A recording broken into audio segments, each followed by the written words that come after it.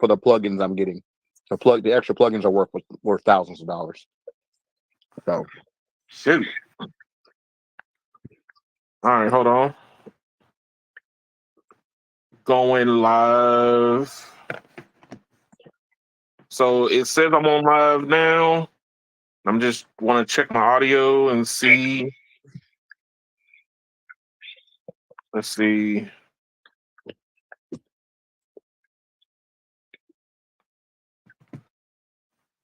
I don't hear myself yet, which is normally my sign that I've done it.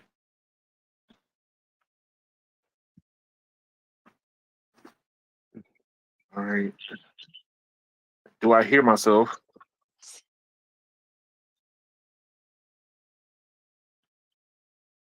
Do I hear myself? Oh, there it is. There it is. I've got audio. Oh, I'm going to tell you, I got a response from one of the software vendors about Windows ARM. Really? Yeah, iLock is the name of the company. They are a licensing company, basically. A lot of softwares use them to secure themselves. A lot of software I want to run, I can't run on the Windows ARM machine because that iLock is not supported. Oh, and is Qualcomm not supporting it native, or they haven't wrote the code it ain't up to Qualcomm. It's up to iLock. Okay, we're talking about security software, like extremely security software. There, Qualcomm can't cheat that. You can't emulate that. That's true. But the response was, we are entertaining supporting ARM for Windows. That's what they said. They didn't say no. They didn't give me some generic answer. They said this is actually, come. The dude literally messaged me back within 24 hours and says, yes, we got your support. We got your support, requests, and yes, Windows ARM is under consideration now for us supporting it. So, and that spike of people that wanted computers, man, that had to grab a lot of people's attention. Yeah. A spike like that, the numbers going up as fast and as high as it did. Yeah. I mean, it was only a matter of time that everybody was going to have to turn and look and go, okay, I guess we're going to have to do this. I think it's going to take for them to do a desktop chip to really get the ball rolling. That's what I think it's going to take. But I think that's their plan. I think that their plan is to go 32 desktop. Core. We need a 32 core beast. 32 core 4 gigahertz beast with like 100 megs of cache. Oh Lord! Oh, dude, that would stomp all over some stuff and still be under 50 watts probably. Stomp is an understatement, sir. Kurt Franklin. Stomp. All the people say stomp. I see. So some dude said Kurt Franklin was singing about roaches. He wasn't singing about God. The whole stomp, nothing but stomp. It ain't over.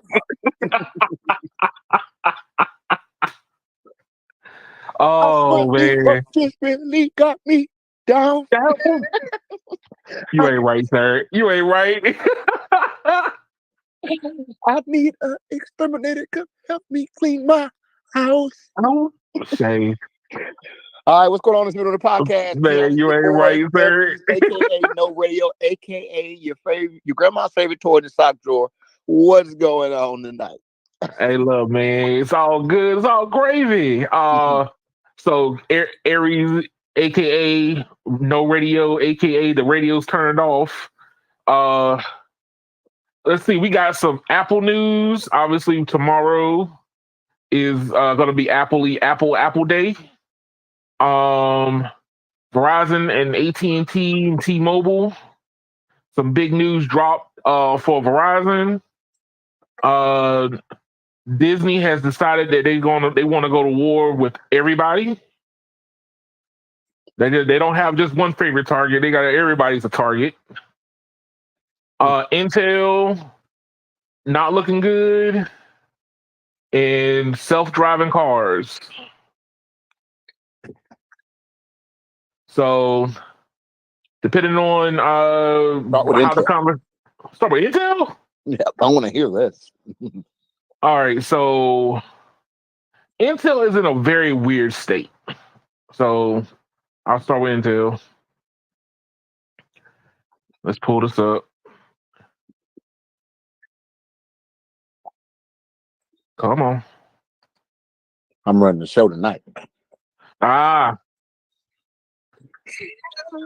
Intel is in a very weird state. So apparently everybody is seeing the writing on the wall. They're looking at Intel and going, "It's time for you to go, sir. It's time for you to go. It's your days of the old guard is over. AMD might as well go ahead and pick up the reins, and Qualcomm is becoming the new horse in town." Try to pause these ads before I get shut down. But basically, analysts say that Intel should drop a key business to survive. But here's the thing: analysts are torn on which part of the business they should get rid of. This one is from the Street. Another one is from another equity firm. So this one I think was talking about them selling their chip business. No, this one's talking about their foundries. That they should sell their foundries and just be a chip designer. Now, we already know that you got TSMC, you got Samsung, you got a couple of other players in the game, but analysts don't think that Intel is going to be able to survive in the next couple years in such a crowded market. Well, I mean, they've abused the customer base for so many years. Apple was the first one to just say, screw these guys. But you're selling us underperforming chips, right, for exorbitant pricing, and there seems to be no foreseeable future of you treating us better. So out comes the rug. But see, here's the thing. I do believe that Intel needed to downsize, but they're going to have to pick a direction to go into. But I don't think chip designing is going to be it, because AMD is already eating their shorts now. Yeah, but AMD, here's the deal, right? AMD and Intel, the truth of the matter is, they still have a world to exist in until NVIDIA and Qualcomm can drop dedicated chips that can perform on the graphics side. Ooh. The day it happens, it's over for all x86. So, in my opinion, the only reason why x86 even still has life at the moment is the lack of graphics performance in the ARM side. But I think that those days are numbered. I believe it's coming. It's only a matter of time. I mean, look, you already have an ARM laptop, right? And yep. I'm not saying it had to be stellar performance, which like I was telling you, it has to perform well enough that people early adopters won't feel like they got shafted, but everybody already it has to be good enough for people to realize like this is the path going forward. All I'm saying is this: if Cyberpunk can run on my 80 SKU, now mind you, I think the peak frames you'll see is like 33. It's like the peak. The average is like 22. But we already know Cyberpunk is a hard game, right? But it is achieving like 33 with a 3.7 T-flop GPU, right? So just imagine a 10 T-flop. With the same processing power, just the GPU moving up. You're talking about parity at that point with the your highest end consoles. They're already achieving better. They're achieving better frame rate, even though the GPU's weak. The CPU side is so strong that it's making up for some of that GPU. But what happens when that GPU is 10, 12, 13, 14 teraflop, which I think is what we're going to see probably in the next iteration. We're probably going to see like the laptops go to like 8 T-flop, and we're going to see them drop a desktop GPU that probably can do 10 to 12 teraflop. That is the day that x86 is done. A 12 teraflop chip that's under 50 watts. Oh God, that's it. That's all it's over. It's over for that side of the market. Anything that's under 50 And look, that type of performance under 50 watts, yo, x86 is done. But that's I, why I don't. I don't think there will be anything else that you could churn out except for yeah. existing contracts that you already have. Yeah, see, Because PC gaming is basically going to keep them afloat right now, as well as like for I said, AMD, the video editing side is going to keep them afloat a little bit. But yeah, I've already seen YouTube creators that they're already making full videos on the ARM laptops just to see, and a lot of them are saying like it's good enough that I don't like have issues using it. Like it just works. No, it ain't amazing, but it does just work. And this is the first iteration. So that's why I say once that graphics power catches up, which is the weak link right now, I think they're all in trouble because there's nothing like sticking a laptop in your bag and 7 days later you never shut it down. 7 days later you can still pull it out and it's on. Hey, that is not happening on anything from AMD or Intel. That's true. I mean, hey, look, even my yoga, if I close it and stick it in my bag, I come back, it might have half the battery that I left when I originally put it in the bag, and that might be over a day and a half ago. And I'm here to tell you too, if you try to run Cyberpunk on your yoga, it ain't even gonna. It's gonna literally it's gonna crash. I've done it already, so I know. I did it on my yoga gonna crash. None of it crashes, but it's literally like you're literally like in like load screen for like 25 minutes. Nah, I'm exaggerating. It's like in a load screen or something, and then it's just literally like jumping frames the whole time. So hey, look, there's a video game I was going to end up talking about, but I loaded up what was it, Battlefield 2042 on the yoga. Man, that thing barely ran. And then on the Lenovo, Lenovo Legion Go, dog, it just crashed. It crashed the whole thing. Yep. I'm like, golly. So I see. I most likely what I hope is happening in the back rooms right now. I hope that the handheld gaming PC market is driving the GPU leap to happen. So if Lenovo and ROG, Asus or whatever, if they're in the back room going, hey, what AMD did is great, but if you can figure out how to get us like double teraflop what we've got now, because what is even the teraflop now of the Legion? Oh, I think it's probably like 2 or 3. It's not much. It's enough to play basic games on. Imagine it was 8.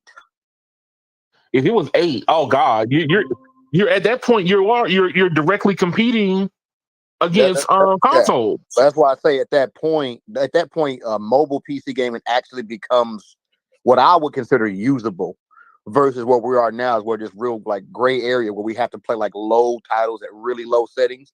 If we could if you could play most AAA games at medium settings on the go, then that makes mobile PC gaming more feasible than it is now, what we've seen now. So that's why I say we still got a few years of x86, but I don't see x86 being here much more after about 5 or 6 years, unless there's some real 5 or 6 years. Unless they make some huge leaps. Unless there's some huge leaps, I don't see it.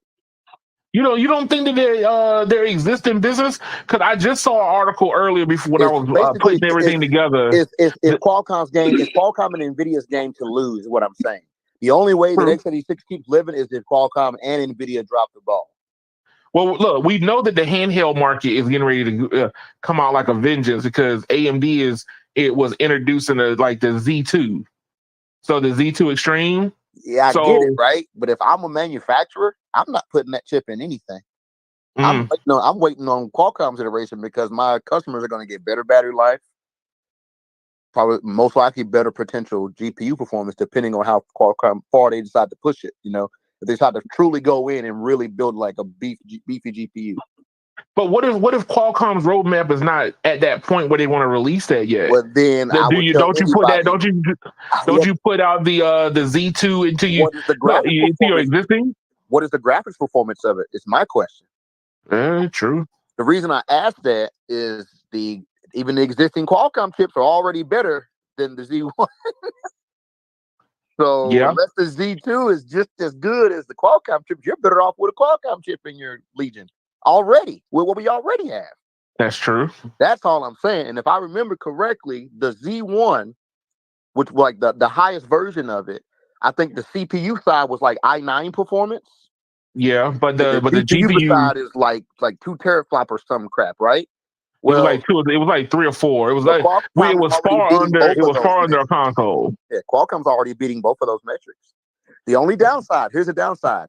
A lot of software, like for example, the Call of Duty line of games, still are Yeah. not supported on ARM, even through emulation. And the thing is this, I've seen some people say that they actually will run, but Steam and Battle.net won't let you install. But if you can, there's a way to sideload it, they still work, basically. So it's not a yeah, literally. They're saying you can still run these games. You just can't install them in the normal fashion, basically. So Oh Lord. Hey, so what's up, EM what man? up? What's happening, man? What's up, guys? What up, man?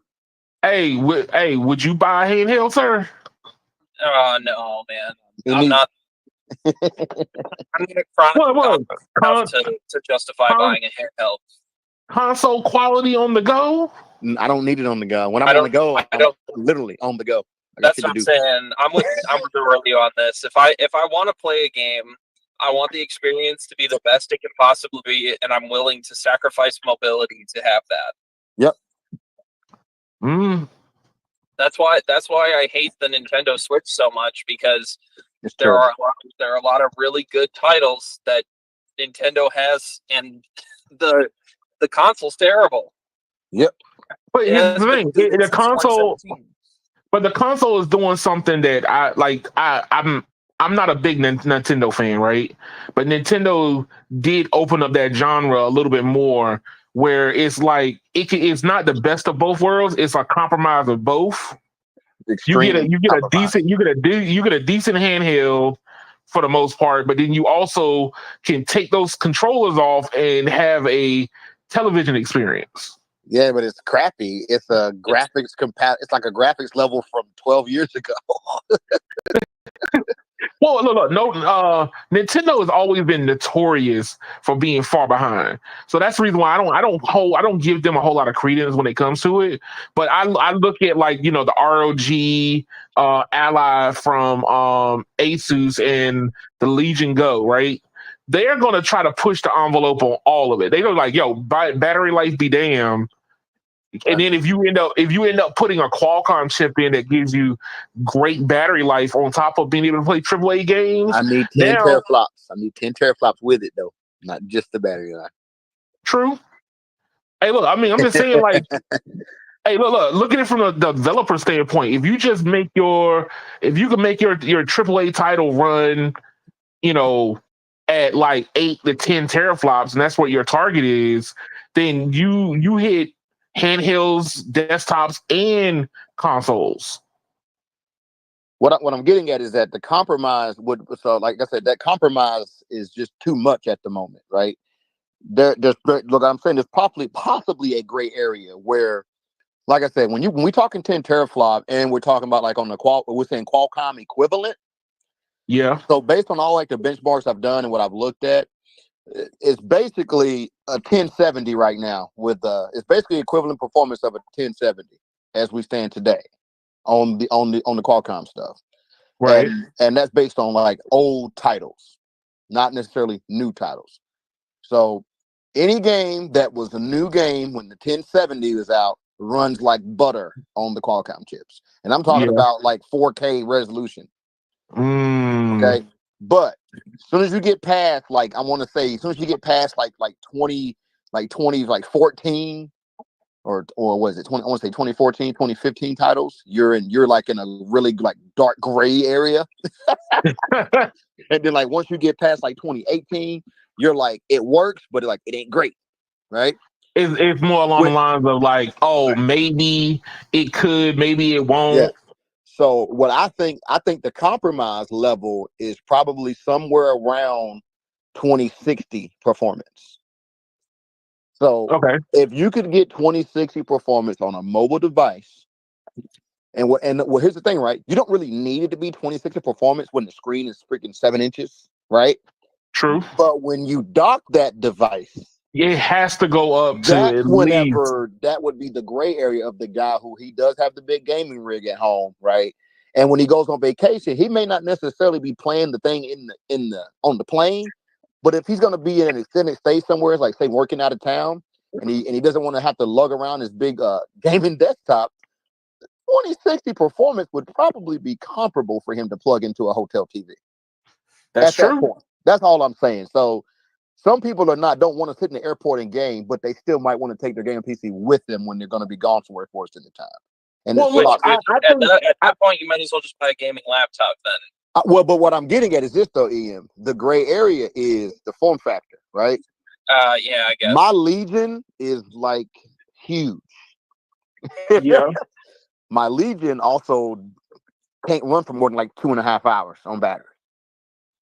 What I'm saying is, if I can get 2060 and 12 hours of battery, I'm not going to necessarily want to carry that laptop. That's what I'm saying. That's all I'm saying. It's Look, a gray area. I'm just saying that.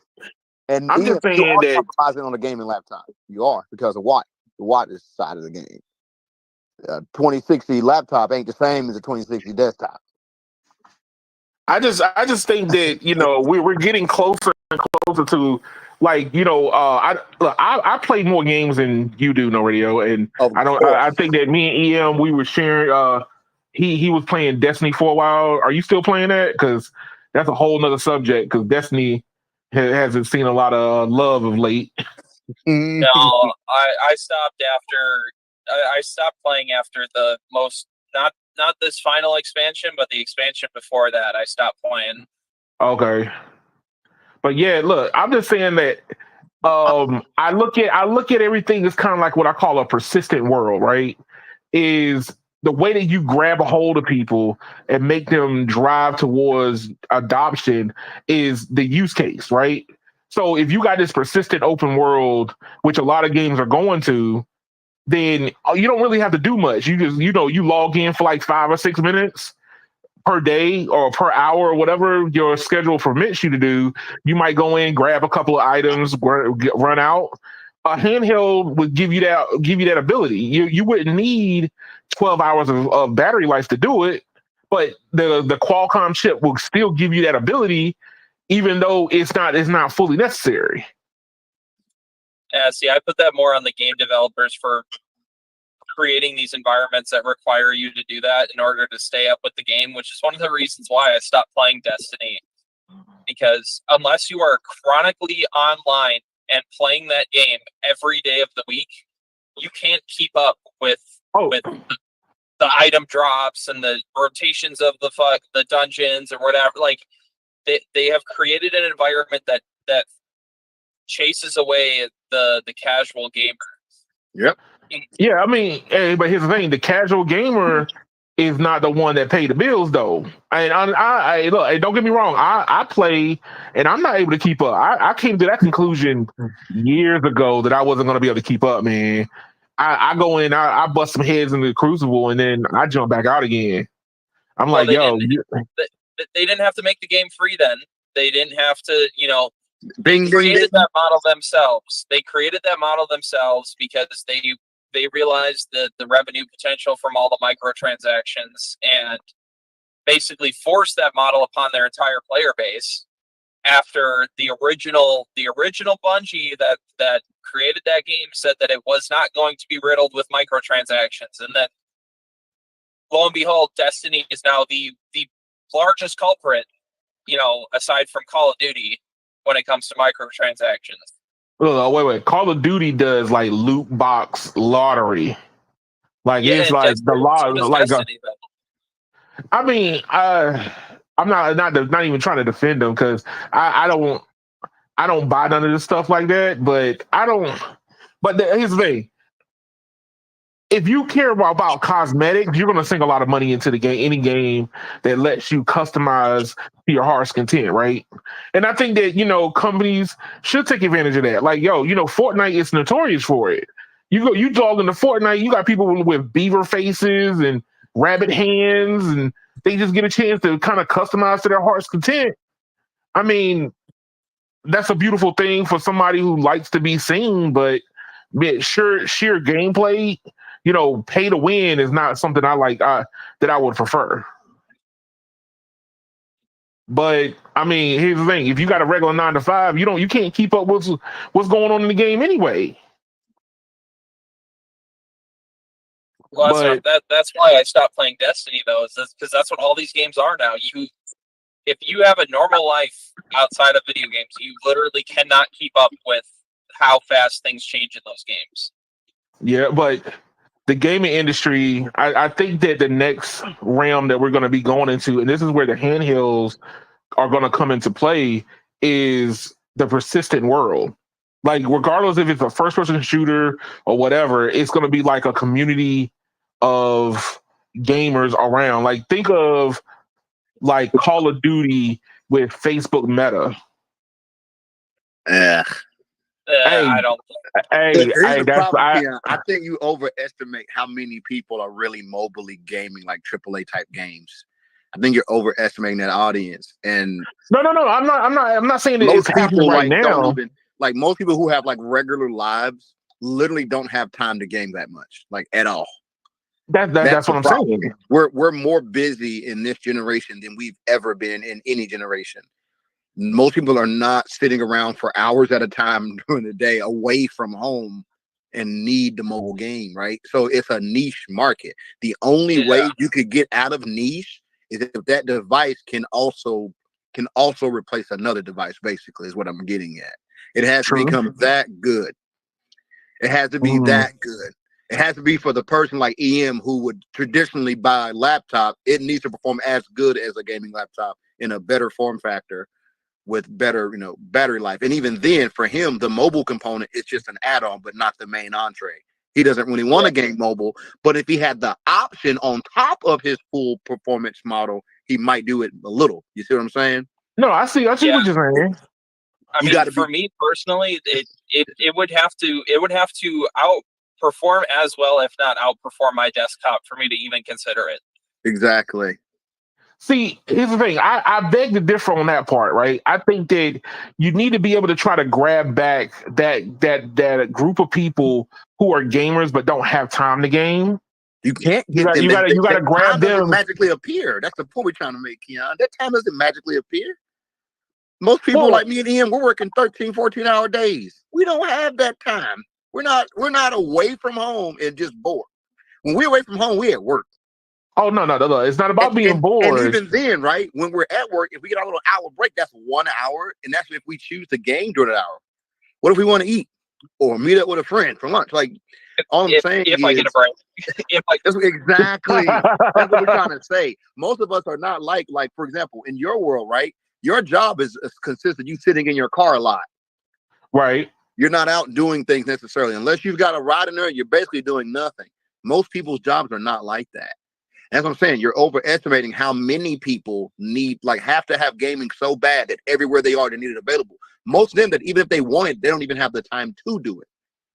That's the only reason why I said you need to capture the non-mobile audience as well. That's right. I mean, but I totally understand where you're coming from. But I'm just saying outside of the mobile thing is what I'm getting at. The majority of people playing mobile games are playing Candy Crush.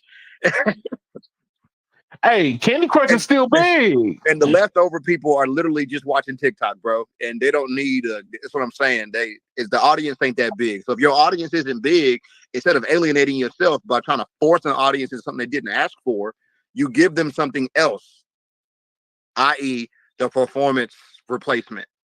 That way, even if they never mobilely game, they still want the device because it's easy to work with in the form factor. True. Meaning that the mobile part would be a secondary feature, not the primary. That's that. Basically, if you could have a device that was equivalent powerful as your PS5 that just happened to be able to go mobile, you're more likely to buy that one that has the same power but can't go mobile. That's what I'm saying. No, and I totally understand that. Instead of getting 1,000 sales, you get 1 million. That's what I'm trying to tell you. I just equate it to like when you see people stick portable television screens on their Xbox so they can play it inside their car. But you don't see people doing it anymore. That was the early 2000s, old man. Look. That movie Fast and the Furious, when homeboy was sitting at the race line playing PlayStation. People don't do that anymore. Them days are done, bro. You living in a nostalgia brain. People are not Uh, installing video game consoles in their cars anymore. That died hey, like hey, the PS2. in my Tesla, they keep updating new games and putting No, inside of it. and nobody. Where's the market share on them? I mean, Anyway, I don't play it. I don't play it, all but I'm saying is that is people are not chasing that anymore. That's all I'm saying. You're trying to fix a problem that no one has yeah, because of your personal want. Your personal want does not describe the market, and the sales speak for themselves. The sales tell us that the market doesn't want another compromised mobile gaming device. Do you know how many of them ROGs and stuff is already in the pawn shop? hey, but here's the thing: They they're talking everywhere, about, dog. Nobody's keeping them. but they're talking about coming out with new ones. They can, but hey, so did LG, and look what they had now. They kept bringing out phones nobody was buying. You can't force the market. That's all I'm trying to tell you, bro. You have to follow the market and give them what they want versus, hey, this is actually what you want. You don't know what you want. You can't you can't do that. The market doesn't want the compromise. Look, EM just like me. I'd rather just have my gaming laptop because I can play more games than you can on your device. At this point, I can easily At this point, leg on the center console in my truck and play and have a better experience than you. Yeah, no. So unless I'm seriously trying to sit on the train, which will never happen because there is no train where I live in the country, I'm not riding a city bus or train and needing the game right now. Hey man, you need to come over here this way and ride on the train for a little bit. Especially take the Amtrak. You take that Legion on the train in New York. Somebody oh no, somebody gonna take your hands off with it and let it roll down the street. Take your Jordans too. So I'm just saying, it's a gray area, but I get it. Like I said, for you apparently have a lot of free time away from home, and you want to fill it with mobile gaming. But I'm just telling you, you're not the majority. You are a rarity. Hey, look, I look at all those people who's up in some of these offices in these buildings, man. I've seen them through their window. I've seen them play solitaire. My IT guy has a full freaking gaming PC in his office. He also has his Xbox in his office. He doesn't use a Legion or he has a full rig, straight up. I'll show you one day. I'm just telling you, he does not need a mobile gaming device. He literally has a full setup in the office. Oh man, they get a man like a 15 by 15 office. What's he gonna put in there? He's gonna put some nice stuff in there. Gotta roll the TV in on the cart, bro. I literally go in there and be like, "Hey man, this thing won't update," and he'll put down his Xbox controller. I'm not even kidding, bro. They let him do that and they don't care. You're good. You're so good at your job. They let you game at work. They let him game at work. Real talk. Yo, I saw this commercial. It was so stupid. It said like, oh, when your child only falls asleep in your car, but you're a cable technician, so you can game anywhere. And he has a TV and he's gaming inside of his car while his child is asleep in the car. Yeah, I mean, back in the day, we had people that would literally have a 42-inch TV mounted to the cage in the back of their van with a PlayStation. Wow. Because we have inverters in the vans. Once again, why I can't take the compromise experience? I go all out. But come on, so what I'm saying is look at the extremes that people take. You telling me that if there was something on the market you have a mobile that can give office, you something decent. You got a mobile office on wheels that you can throw a beanbag in the back and a full 42-inch TV. Why would you get the Legion? You wouldn't. It's the point I'm trying to make. Versus crooking your neck to look down at this little ass screen. You crooking your neck over and sitting in the seat, looking like a dweeb. Where you can hop in the back of the van, close the doors, and have a full gaming experience. I'm just telling you, bro. People legit had the TVs mounted into their cages. Man. And even I had a TV. I actually had my PlayStation 4 in the work van several times years ago. And you know what? And you know what? I barely ever actually did it. Like I did it one time just to say I did it, type of thing. Like I didn't really care that much to really play, but I had it. I could. That's true. And you said it to flex. That's what that was. Like, look, I'm flex. But what I'm saying is, like, I didn't have to compromise to do so, and that's all I'm saying. I understand. If I got a full inverter system in my truck, I'm not even chasing battery at that point. I ain't got to worry about battery. I got an inverter. I got 3,000 watt inverter up in this piece. Hey man, you got a cigarette lighter? Just saying. DC power. That's all. No. Connect the umbilical cord. That's all I need. What I'm saying is, I don't need to worry about battery life because I can run a 3,000 watts worth of crap. That's true. I don't have to compromise if I'm really that like hardcore about it. I don't have to compromise. But hey, if I really cared enough to game at work, I'd just drive my ass home. Yeah. On lunch, go home. Hey, look, I'm just saying that I feel like, with the direction that games are going into, and like the social aspect, like if you take Destiny and that little that their whole you got to be in the world all the time stance with Call of Duty, kind of like everything, like Call of Duty, what is it? Black Ops 6 just came out. I'm gonna actually talk about that in just a moment. So, and Destiny's falling off, by the way. Their player count it's falling. The reason why it's plummeting because the company's is dying. Well, even then, you're on the go. Your on the go mentality doesn't apply to Destiny, and I'll tell you why. When was the last time you did a raid on Destiny? Dog, I haven't done a raid in a long time. Okay, well, if you remember, but I was sitting on the couch when I did that. You have to carve out multiple hours of your day. With a group of 6 people, can also carve out multiple hours of their day to complete that raid, unless you have people who really know what they're doing. Hey, look, a lot of people believe me when I tell you.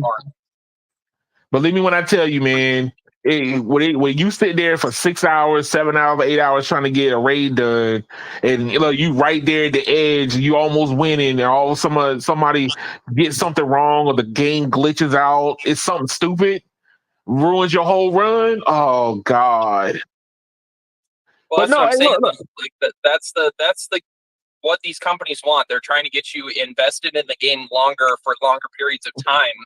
So the whole mobility part is pointless because if you're going to be sitting there for 6 or 8 hours at a time, you're going to want to be in the most comfortable position with the best equipment that you have at your disposal. But here's the thing, EM. On the flip side, you remember in the game you had strikes, and strikes would take like you could knock out like 10 or 15 strikes in a less time and just you're farming for loot.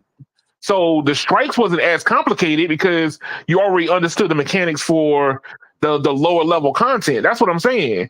Let's say that you needed to this was when Stadia was out, right? My friends laughed at me, but I was playing so much when I was on the go in between me getting trips.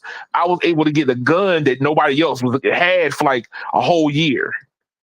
The reason why is because I was mobile gaming at the same time, farming all the little doodads and stuff that you get for the game. But I was doing like minor stuff. I wasn't doing complicated gaming. I was just I would do a strike here, strike there, in between trips. But that's what I was doing on Stadia, and I was able to get the gun, a weapon that nobody else got in my friend group for a year and a half.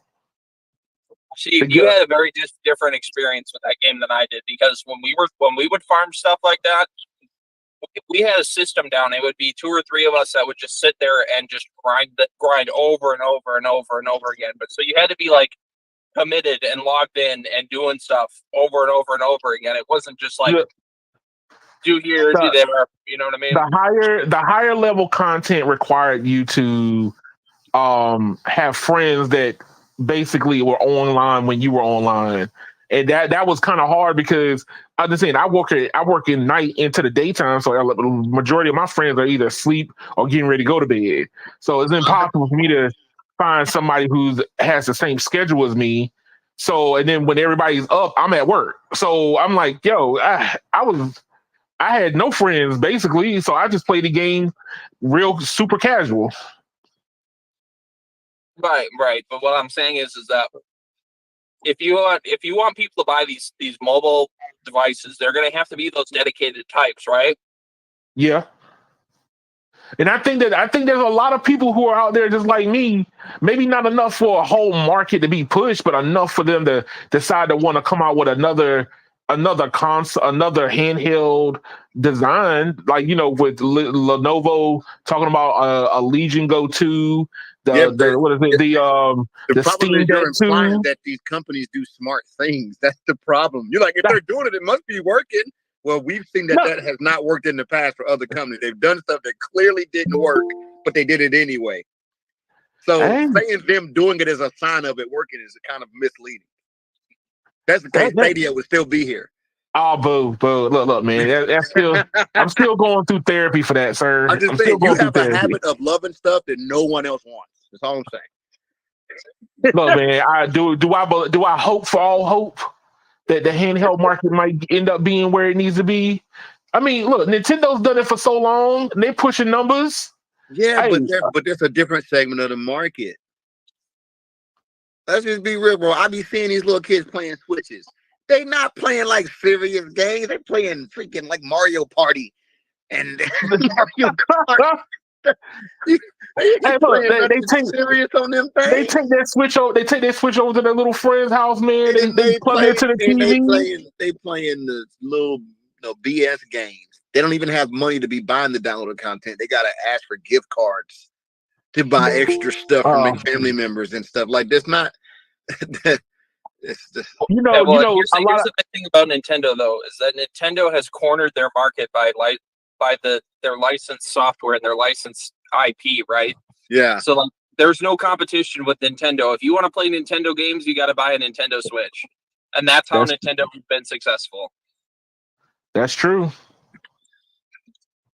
I agree, but hey, look, I'm just saying, being able to get full Steam games on a handheld, you telling me that is not compelling? No, not at all. It's a great experience. That's the problem. I don't know, man. But hey, sometimes I wish I could fast forward to the future. I could peek and see what it looked like and see if I'm right or wrong, man. Like I said, it ain't that the mobile gaming is going to be completely dead. It just has a long way to go because the truth of the matter is it's going to have to cannibalize the whole market, not one corner, for it to work in the long term. That's true. When I listen to people like Linus Tech Tips talk about his experiences, he seems like he's very big in on the mobile gaming aspect of things, right? Like he talks about it all the time.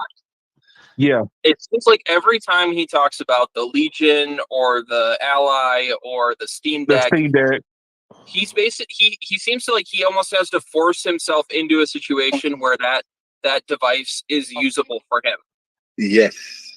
Whereas normally if he had the chance to game, he would just do it at home on his desktop or at work on a desktop. Like he seems to have been like trying to force himself into scenarios where the Legion makes sense. And that's like his big compromise. It's like, okay, I'm going to put myself in situations where I can't access my desktop. And like most people aren't going to be in those types of situations all the time. So it's just too early. It's too early is what it is. I mean, granted, I do say that it's still early days. I just think that right now it's best to go ahead and start developing down that road instead of waiting around. Like, Intel should have stopped waiting around for disaster to strike them. You're supposed to always be adapting as you go. And, if it doesn't, transpire, right? At least you have that development roadmap that you can start from or pick up from later on. That's how I look at it. Is handheld, like if Nintendo has success in the handheld market, where's the Windows version of the handheld? And basically, what was holding back handhelds on Windows was the fact that it was battery life, and that my Legion Go sucks battery. Like as soon as you come off battery, as soon as you unplug it, you can count the minutes of how long you got. Mm-hmm. It's sort of like, well, it's unplugged. Hurry up and get to the next plug. But what I'm saying that they're saying like 1 hour 15 minutes is what you're getting unplugged. Like best case. That's terrible. Hey man. But hey, if you can make it to if you can make it from your front door to the car and plug the umbilical cord back in again. You want to know why that's so bad? All we had to do is compare it to like previous handhelds, right? Yeah. So if we go all the way back to the PSP, when it launched, when the PSP launched, even it was getting 4 hours, and your graphics capabilities were only 2 generations behind. Yeah, but understand it was still a. But here's the thing: the graphics was on par, but the capabilities wasn't. You were getting a dumbed down version of a game. You're doing the same thing with that Legion because you got to set all this shit to low, and you only feel an hour and 15 but here's the thing. But here's the thing. 15 minutes, bro. Look, I'm telling you, yo. I tell you this now. If you make a handheld. I played NFL Madden on that thing religiously for hours when I was at school. When I was on like lunch or something, I actually played it, right? No kid today can buy a Legion and play anything for 4 hours. So what I'm saying is we're going in the opposite direction of, right? Because if we look at generational gap, right? The PSP was obviously not equivalent to a PlayStation 2, but it did launch when the PlayStation 2 was on the market. But the PSP was still PS1 level performance. Yeah. So one generation off. Now you're like 3 generations off. Yeah, but here's the thing: it wasn't. And you only got 1 hour of playtime. That's ridiculous. But no, radio. Here's the problem: the games wasn't on par with PS1 games. But neither was yours. They were all dumbed down version of the same game. So you had remember how bad the PS1 was. Oh no! Hey, look, I remember how. If anything, the PS1 is what made me switch from Nintendo 64. It was the games were actually even bigger than the PS1 games. They had more, actually, sir. The PS1 games were limited to 800 megs. Those PSP games, 1.6 gigs. They could actually put way more content in those games, and they did. That's how you didn't really play it. You didn't really play it to know. Dog, I had one. I had like 2 generations of them. You couldn't even fit Liberty City Stories on a PS1 game, sir. You couldn't even fit it. Wouldn't work. You couldn't even fit it. Here you go. If they make a handheld that can run the new GTA when it comes out, I guarantee that handhelds will jump off the parket. I bet they won't. What we betting? $100, $1,000? What we doing? I got to wait.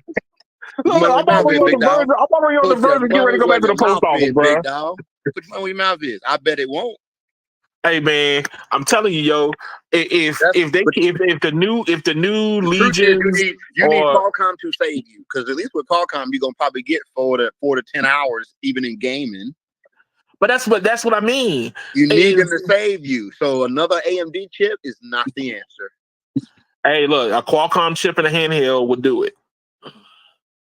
Yeah, I'm just saying that the roadmap is, hey, look, whenever Qualcomm decides to drop whatever chipset that finally goes on par with consoles, then that's when all of a sudden they'll show up in handhelds. But until that happens, you got to keep going down that road of development so you can gain the customers up instead of waiting around and all of a sudden trying to deploy something that may or may not work. At least you're out there in the ecosystem. The ecosystem is building up. But what I'm getting at is you have to do what Apple. I hate to say it, but you have to do what Apple did, bro. You have to jump all the way out there. You can't keep tiptoeing, because all you're doing is you're turning the market against you slowly.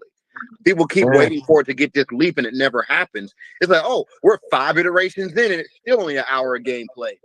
Nope, that's not good, dog. So this, true. You're insinuating that they can't make it happen. They can.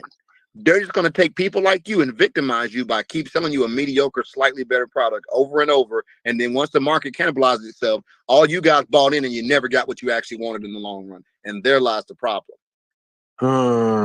There lies the problem, bro.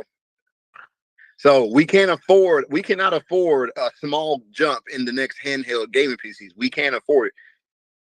But here's the thing: you also can't afford people's mindset to forget about the whole handheld gaming space. Also, the ones that people like me, if you miss a generation, you miss 2 or 3 generations. Market. I'm telling you, that market don't exist. You're gonna have to go far. You can't just think about it like this, bro. There were MP3 players, right? When the MP3 players came on the market, bro, it was convoluted as crap. You had like these digital, like Cisco watch looking, like what's them all them watches that everybody used to wear? The Casio digital screen watch looking MP3 players, and everybody was so boring. And Apple was like, "Yo, here's the color screen with a gig hard drive." Everybody else was like, "Here's the 64 meg model, here's the 128 meg model, and the 512 meg model." And Apple's like, "Gig color screen. It plays videos too." Leap, not tiptoe. But hold on. The first iPad. I mean, not the first. I said they leaked though. The first one was not color screen, but the second one they leaked. They jumped. 1,000 songs in your pocket. Nobody was doing that. They leaped. They didn't tiptoe. They leaped. The leap is where you get the progress. Is all I'm saying. True. You can't spur a market if you just baby feed them features. You have to give them something that is completely beyond their perceivable like dream. You have to go beyond it. If they're expecting Nintendo Switch equivalent, you give them PS4. Well, hey, you know what? Speaking of, small incremental leaps. We ain't got time. That's why Apple went to the M1 chips and they got tired of Intel because of them baby feeding features. Yo, speaking of Apple, because tomorrow is Apple's event that has been leaked online. I mean, that's a chance they could have did that for publicity as a publicity stunt. I don't know. Companies do weird things for clout. So, but all the things that the iPhone, like the Apple event, is going to may or may not end up talking about. New iPhone 16, AirPods, the new Apple Watches, possibly. Are you gonna watch this intermittent, maybe or maybe not be a transformational event? Who are you talking to? I'm talking to you. No, damn well I ain't watching that crap. I don't know why you fix your lips to ask me that. I don't never watch them events. I got better things to do. See, people who got time to sit around and mobile game is only when people gonna be watching that event. Oh God, I'm not watching. I watch the recaps. I have stuff to do. I watch the recaps, when you go there and The Verge has everything you need to know in 12 minutes. I got stuff to do. They ain't gonna announce nothing amazing. Why am I gonna waste my time? So you don't think that nothing about the iPhone 16 is gonna be amazing? Incremental upgrades like we just talked about. Oh God, iPods, Apple Watch. Incremental upgrades like we just talked about. Oh man. What do you think? What do you think is going to be amazing about the iPhone 16? I don't think anything's going to be amazing. I mean, I don't think it's going to be anything amazing for real. Hey, look. But at the end, Apple is a tech company that everybody pays attention to. So therefore, I have to pay attention to it because, hey, when people ask me about it, I need to know about it. All I'm saying is this: the iPhone 15 supports ray tracing. Ooh. Does your Legion? No, probably not. iPhone 16 may arguably have better GPU and CPU performance than your Legion, and here's what I'm talking about. Hey, look! You give it a good controller handheld setup, man. That thing becomes a great gaming handheld. All I'm saying is that's what I am referring to. You're out here trying to buy standalone devices that are damn near $1,000 that have mediocre performance with an hour of battery life. Just saying. Here lies the problem. Hey, look, a lot of these gaming companies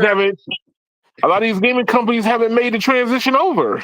They don't have to because they got people like you to leech off of and give incremental upgrades to. While you think you're fast forwarding the market, you're helping hold it back by buying bullshit products.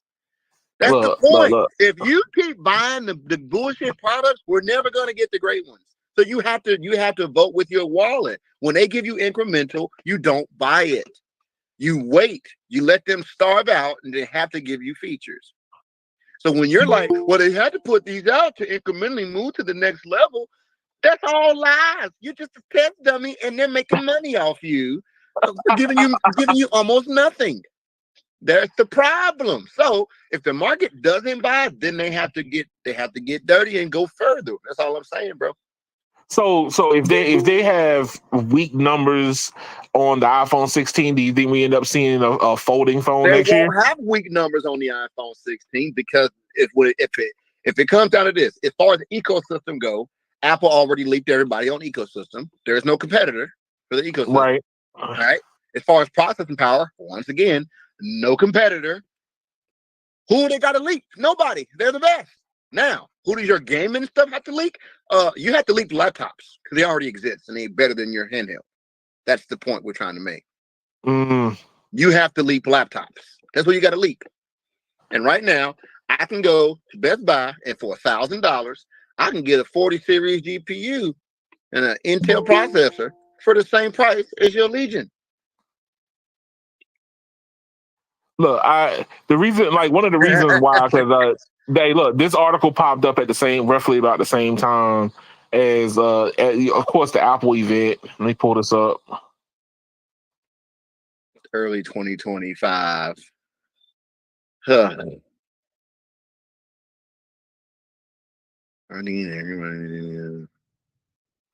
Hold on a second. Here they go with this AI crap. They're adding AI to the Z2 chip. See, here we go with that stuff. They're about to sell you on AI that they're going to help your gaming experience. Look at that. See? Of course. I've already see what I'm talking about. You talking about? Of course. Hey, they gotta sell you somehow. Yeah, sell the idiots. What's up, Brandon? What's up, big Bam? What's going on, man? Hey, look, the holy grail of Apple events happening tomorrow for you. What you plan on doing? Probably looking at and comparing to last year's model, with 70% of the shit will be the same. Well, at least 70% of it's going to be the same. But are you in the market for getting ready to upgrade? Probably, because I need more storage, and I think it's time for a fresh camera. Oh Lord! You know what? I still don't understand why you got to carry around all your stuff with you. What do you mean? It's all in one. You need all that storage. Well, yeah, because files are heavy, sir. No, your phone is heavy. Files is digital. Them files is digital unless you walking around with cabinets in your pocket. But Edmund, look, here's the thing. I get that everybody could decide to upload to the cloud, but imagine having to upload your phone has to update every hour, whatever, and sometimes those files might be big. I kind of already do that as it is. If I take a picture on one phone, I can retrieve it on another without having to go through and transfer the file over to it. Especially if it's not that important for me, it's already in the cloud. But I can't afford the ecosystem. I'll be real with you. Man, you already in the ecosystem. What are you talking about, bro? But I only have a phone. But hey, look, in Fierce Network, they're saying that Verizon and AT&T aren't worried about an iPhone super cycle. So basically, you know how every couple years we end up getting a mass exodus of a lot of people wanting to upgrade their phones. And I'm curious from your standpoint, are you curious to see what the new iPhone is going to be? Even though with all the leaks that's been going on? This phone is literally going to be the 12 without the 5G. It's going to be the 12 without the 5G. Meaning that the phone is slightly bigger. Okay. The phone's going to be bigger on the size.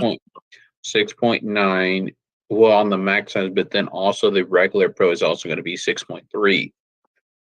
The only thing that's going to be exciting about the phone, which most people really don't care, is the AI and the camera. Everything else, it'll basically be the same. The colors will be the same because people like regular color. You don't tell me that you don't care nothing about Apple Intelligence? No, sir. What? It's Wait. it's basically Siri on steroids. But here's the thing: it finally makes Siri usable, like an actual usable product. But Siri is annoying. Siri was annoying because it wasn't usable.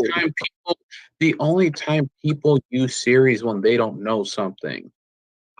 Hey, I don't know a lot of things. I gotta Google search everything sometimes. We know. So I'm just saying, hey, give me a usable product. Oh, that was a good one, Brandon. That was a good one. I mean, am I right or wrong? No, you're not. I walk right into that one. Godly, I walk right into that one. But no, I'm just saying, you know, they put these features on these devices because it's the next market. Feature, but Edmund, the same features that are on this device are majority of them are still in the 15 and the 14 and the 13. Well, most recognizable things are mainly on the 15. That's why Apple, when the new 15 comes out, they hide or no longer sell the 15 in store, the Pros. But dog, hey, look, just like No Radio just said a while ago, man, we in these little intermittent upgrades. So yeah, because Apple literally does looks at Apple basically looks at the data and it's basically going to be why do we have to focus on this area and the other area when basically people won't use it. It's like when the pandemic happened in 21 or whatever, or 22, they introduced screen share because people were inside the damn house. That's true. So they they know what they're looking at. So they're not gonna. They know Grandma Betty White is not gonna do all this other crap. They know the one that's going to TikTok looking at Yup and all that is gonna want probably end up using those features because nine times out of 10, Edmund, 9 times out of 10, the non-tech savvy user will buy the Pro and will never use the features. That is very true. A lot of people don't even use a lot of the features on the phone. The only reason why they buy the Pro is because it has that extra camera and they want to feel a little bougie. Right, but what I'm saying is if you finally can make Siri, which is the assistant on the phone, actually function a lot better than it has been, wouldn't it become a better product for people to want to upgrade to? I still feel that Siri is not going to be all that as good as Google. You know, the only thing I even use Siri for is, "Hey Siri, call this person." That's about it. Dog, you have to say that. That's the only thing I use people do. The person that actually is on an iPhone is a daily driver who does not like Apple. I'm here to say that is the only thing I do with Siri. Is the only thing people use, Edmund, is literally the "Hey Siri" text Samantha, "Hey Siri, call." Yep. Joanne or whatever. That's and you know why? Because if I ask her anything else, she can't seem to figure out how to do it anyway. So I don't. She can't figure it out. Which is why they partnered. Look, which is why they partnered with ChatGPT and turned ChatGPT into a very valuable company.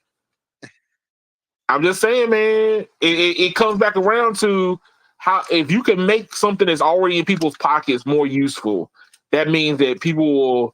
If you could, like you say, they gotta find. They have the use case of using it. If you only use it to make phone calls, it's no good to you. Edmund, I hate to say it, sir. The only people that are gonna like this Apple AI and ChatGPT are people with low IQs. You said the people that low IQs? Yeah. Yes, it's the truth. Like that guy that I had to train one time, that he refused to type addresses in because he was illiterate. He was sitting there struggling trying to put an address in with Siri for like 8 minutes, and I was like, "If you don't type that damn address in." But here's the thing: if anything, they fix that. Dummies like him will be able to put stuff in their phone without having to know how to spell. That's literally my point. That's the only thing people. That's the only thing people are going to be excited about. But other than that, they don't care. Everybody It's else like is typing fast as shit. You're supposed to utilize technology to improve your lives. But so if I can already type faster you, than I can tell Siri to do something, how is talking to Siri improving my life? But we're not talking about you being superhuman, sir. We're talking about the But people who I'm are not like you. superhuman. I bet my 8-year-old can out text a lot of these people you're gonna be using this feature.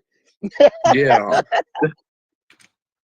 I'm not superhuman. I'm normal human. I come from Look, the T9 generation Brandon, where we could type like paragraphs with Brandon one just finger. said. What you talking about? Like Brandon just said, it's for low IQ people like myself to keep up with people like you. Okay, Like yourself? understand? I need a handicap. I need a handicap, sir. Well, there you go. You're trying to base the whole market off of your needs once again. But there's a lot more people like me. Understand? I'm not saying that I'm lazy.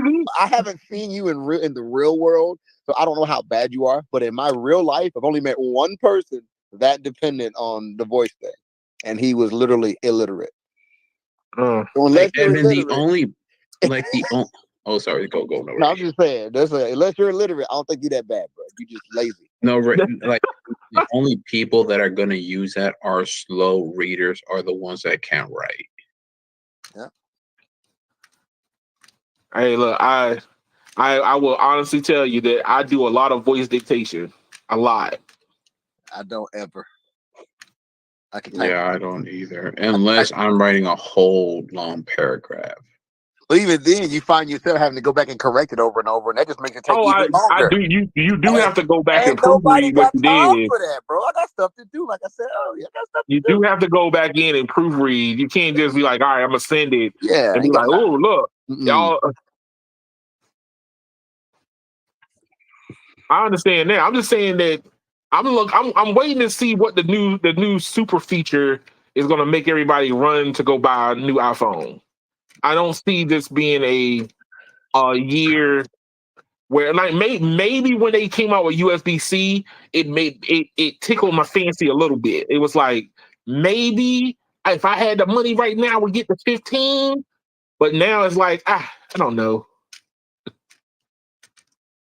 But when I saw they finally did the USB-C on the iPhone 15, I was like, oh man, now this is where I should have waited. But that's just me.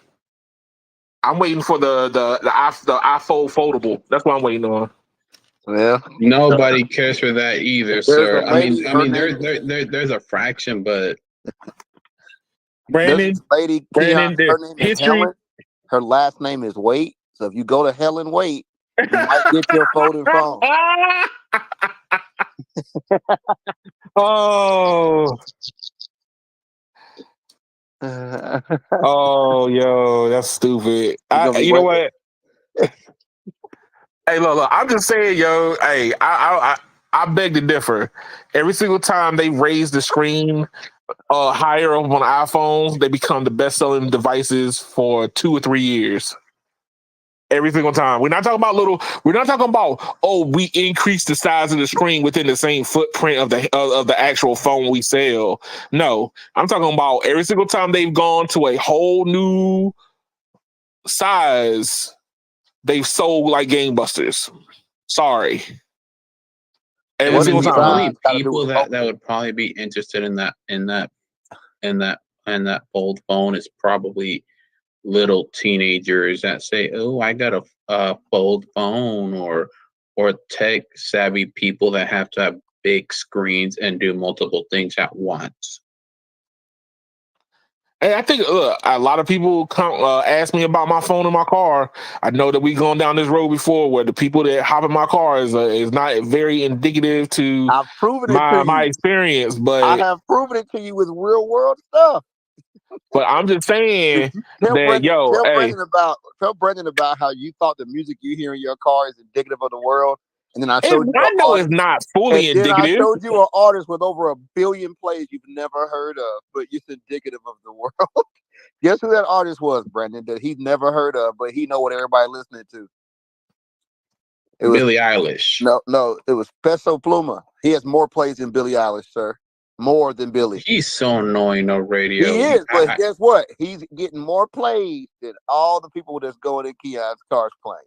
Hey, look. I hear what's on Billboard charts. He is. That's the problem. I'm not saying that he's not up there. I'm just saying that I don't hear. Going to the Super Bowl, sir. Say what? Kendrick Lamar's going to the Super Bowl halftime. Good. It'll be his second time. Yeah, that would be his second time. But all I'm saying is, we gonna be all right. And you've never heard of them. It shows that your sample group is not a good measurement. Look, man, I've heard Eminem, and I heard that. I heard Eminem way sooner than I heard about that guy. Once again, Eminem has been in the industry for over 25 years. Actually, he's been in the industry for 28 years. Okay, if you haven't heard about Eminem after 28 years, you ain't breathing. Check your pulse. I'm just saying, knowing about Eminem is not a sample group. All I'm saying is that you can't sample. All I'm saying is this too, right? Just like I said to you before, just because somebody thinks your folding screen is cool does not mean they're going to go spend money. A lot of people will think a lot of things are cool. They still don't go buy them. So people thinking something cool is not a dictation of the market. True. Everybody gets in my car thinks folding so cool. Keon's like, oh, they left my car and they went home. And they're like, yo, I'm going to get a foldable tomorrow. They are not doing that, sir. Look. I'm just saying that whenever somebody who passes by and goes, oh, that's a nice phone. Is that a phone? Oh, what is that? And they go, but then when they turn around and say, hey, do you see the crease in the phone? You had to do so. You had to come across a couple of videos that somebody mentioned that to you, and you sat around and somebody video for longer than 2 minutes for you to hear that. All I'm saying is 1% of people who say, oh, that's so cool, actually even search it when they leave your car. It's back there on the back of their mind. Go ahead, Brandon. Nobody wants to go out to Starbucks, out to eat, and look at a phablet phone. I mean, a foldable phone looking at Kamala meme, sir. Oh, see, Brandon. See. I'm not chasing you down that road, sir. I'm not gonna do it. I'll do it off air, but I'm not gonna do it here. But look, another good example would be people back then were excited about the Apple Watches. Now people buy them and barely use them. No, I beg to differ, man. I see Apple Watches all over the place. But do they use them? I told you the same thing. No, dog, I literally see people with Apple Watches on all day long. Almost everybody I know bought an Apple Watch, and none of them people wear them today. None of them. I don't know, man. My wife's Apple Watch ain't left the dresser in 5 years. And my sister-in-law has Apple Watch, never wears it. Mother-in-law has a watch, never wears. You know why they don't use those devices? The number one reason why people are not using them is because the battery life sucks.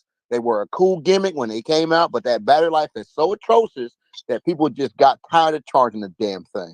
Look, man, I don't know, man, because hey, look, I'm just telling you that if I go to the barber shop, I see my barber, he got an Apple Watch on. I look at the bank teller on wrist, she got an Apple Watch on.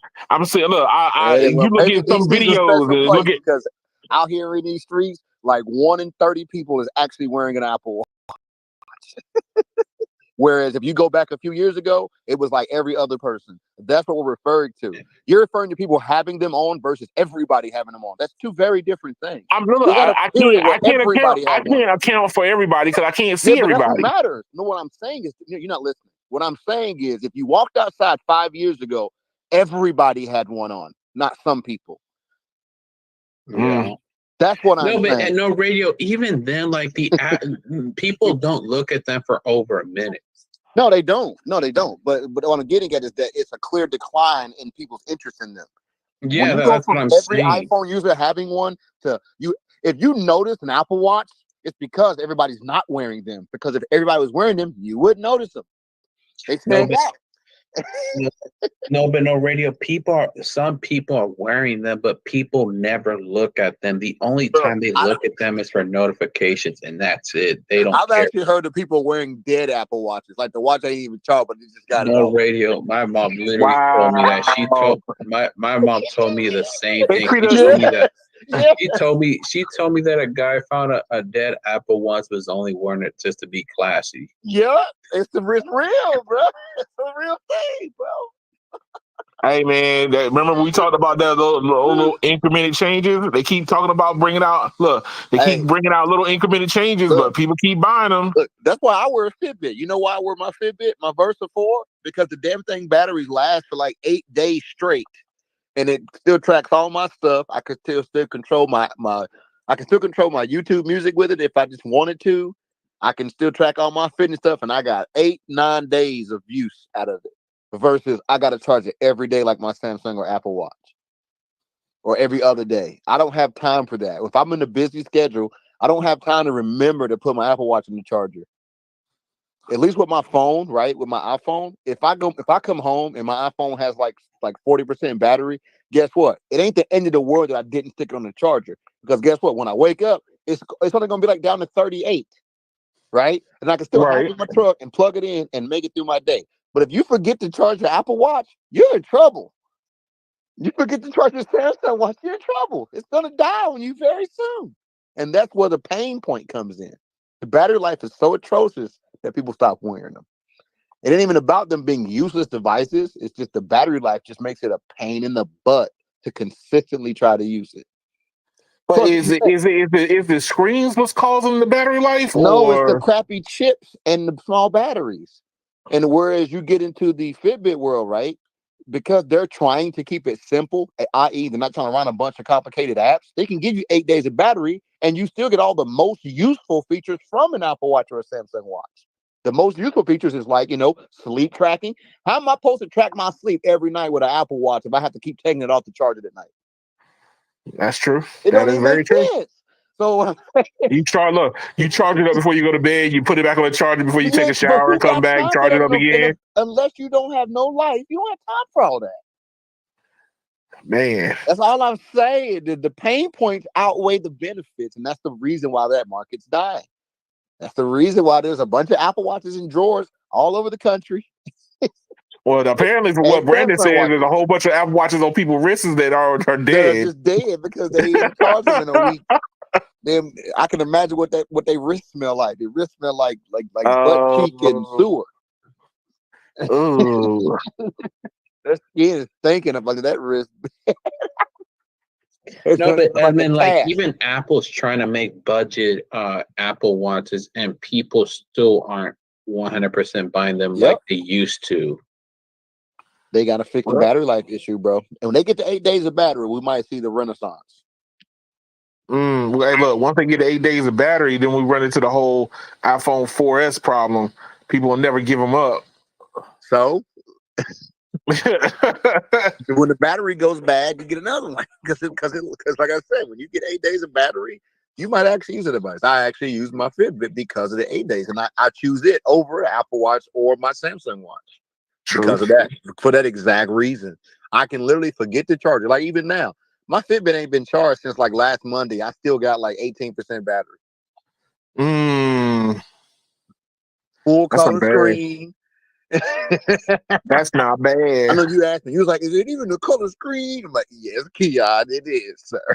Hey! I'm just saying, man. If Fitbit is figured it out, I don't know why these other watch companies haven't done it already. Because they removed all the extra crap that people weren't really using anyway. Well, that's why I told you too, right? Anybody who's getting like real battery life out of an Apple Watch, they're not really using it. Like Brandon said, they're barely even looking at it. Because if you actually use it, it just dies even faster. Like, Edmund, the only people that were using it at the beginning when they first came out are literally people that wanted to work out and stuff like that, or use it for notifications when they're in meetings and stuff like that. Yeah, when the first watch came out, they made it gold. Remember, it was gold plated. Yeah, it was like $25,000. Ain't many people jumping that high. Exactly. But no, I don't think that the smartwatch is a dead industry. But once again, it's like the mobile gaming side, battery life, man, has to be better. Well, look, I Has to be mean, better. battery life changed everything for Windows, man. As soon as people's like all day on my Windows device, You talk count about me in.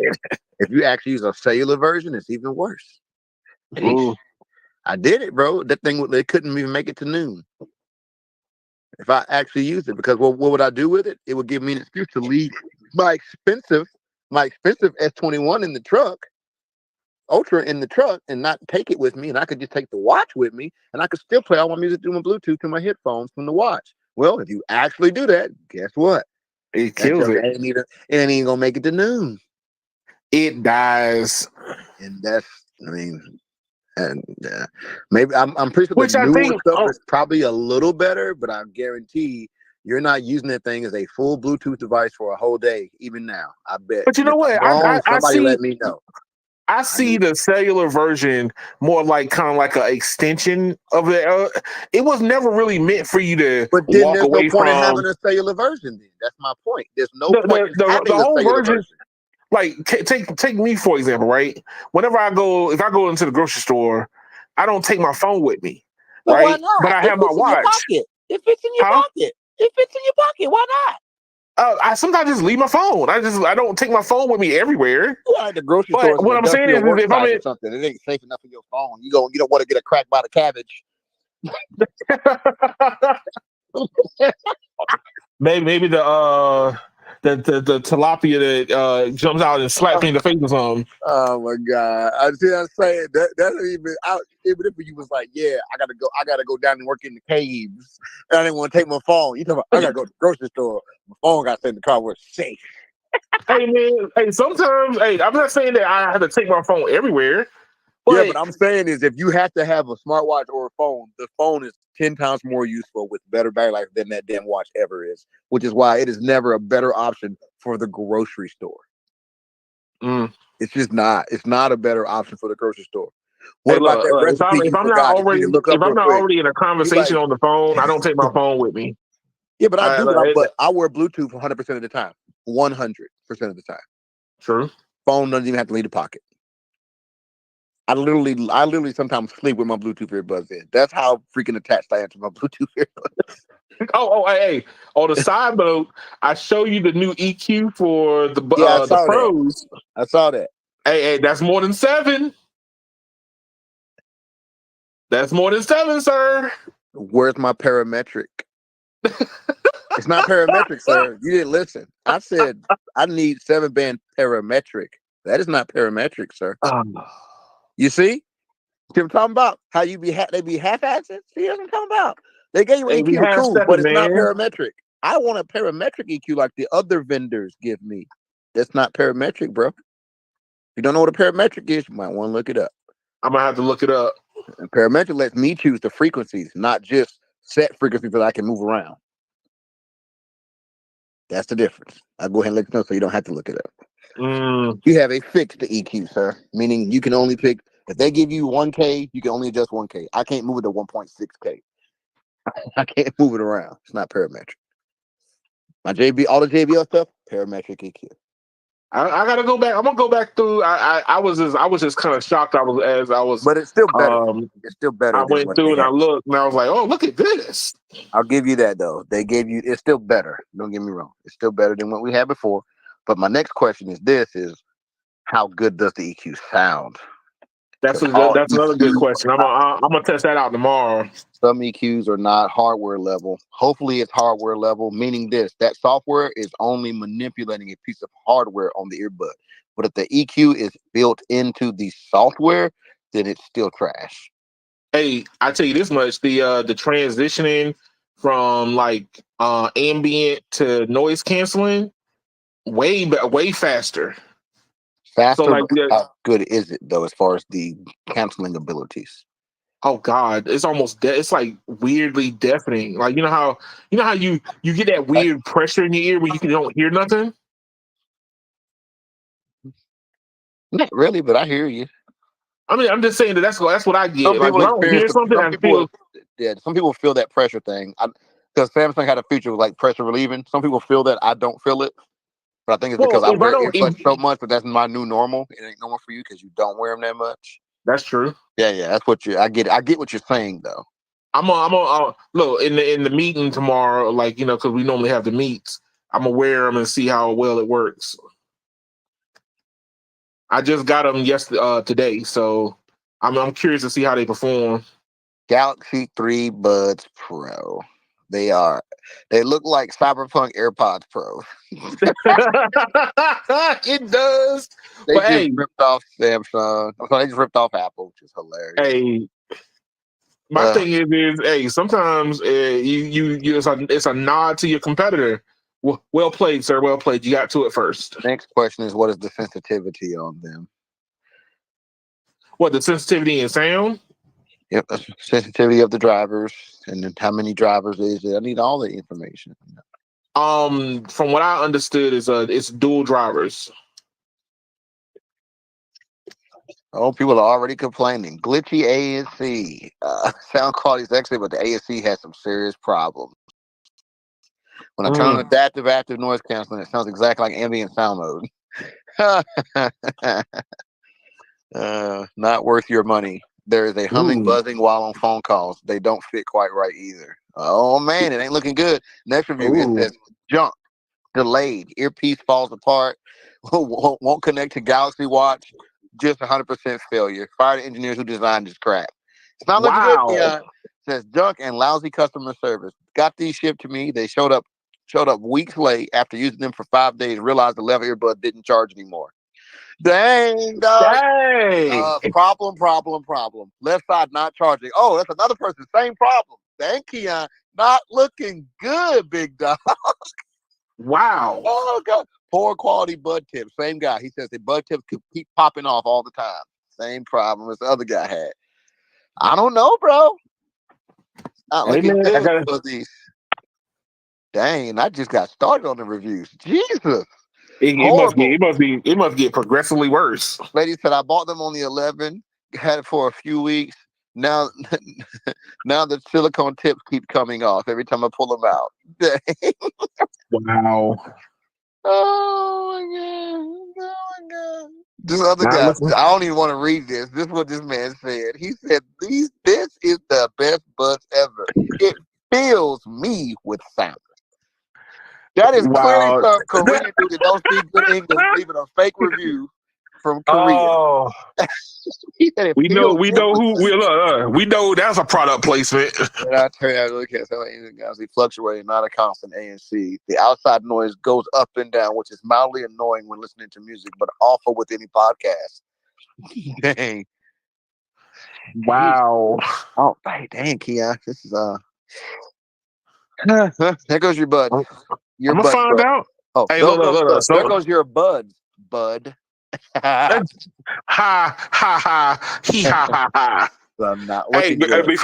Before Brandon gets ready to run away, because I could tell he's gonna run. I need to get his opinion about what's going on in the industry of television. No shit. You know it, sir. You know it. You know what's about to go down. Ooh. If all right, could get these 0 stars, we're about to talk about okay. Literally. What's that? You say you can get the 0 star? Somebody put, if I could give these 0 stars, I would. Wow. That is a far cry from the reviews of the previous generation. The previous generation has much better reviews. Wow. And there's just some, but you know what? I mean, I had the Buds 2 Pro. I actually like them a lot. I really did. I had them, but I must have got a defective product because mine started acting up. Y'all kept saying the same thing, man. Them things sound terrible. Well, on phone calls, you did sound terrible. That's what I'm saying, and that's what I was going to use them for, is to talk on the phone. Yeah. But hey, look. So Brandon, Disney DirecTV battle to reshape television bundling. Mm-hmm. What do you think, sir? Because right now, DirecTV does not have Disney and ESPN Like Disney, like the mouse is pissing off all the DirecTV customers. I What's think up, man? DirecTV wants to change the way how.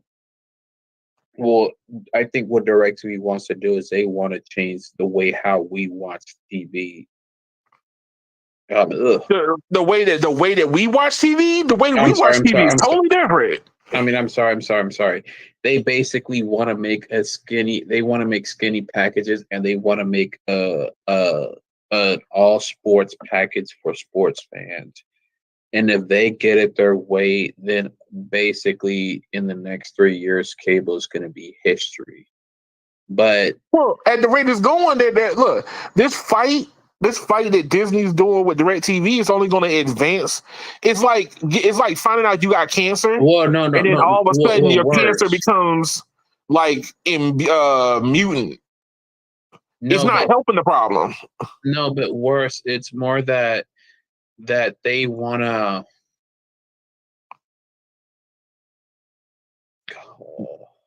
What they want to do. No, so basically what Disney wants is they want to kill the traditional bundle. So basically they want to kill the idea where A&E has to be with AMC, Disney Channel, E, CNBC, Fox News, and all that. But Disney is like the core of your bill. Well, yeah, but basically they want to kill they want to kill that idea, and if that idea is ever killed, then basically the AMC channels, the Hallmark channels, the Weather Channel, the Animal Planet, and all that, those channels are basically going to be gone. But here's the thing.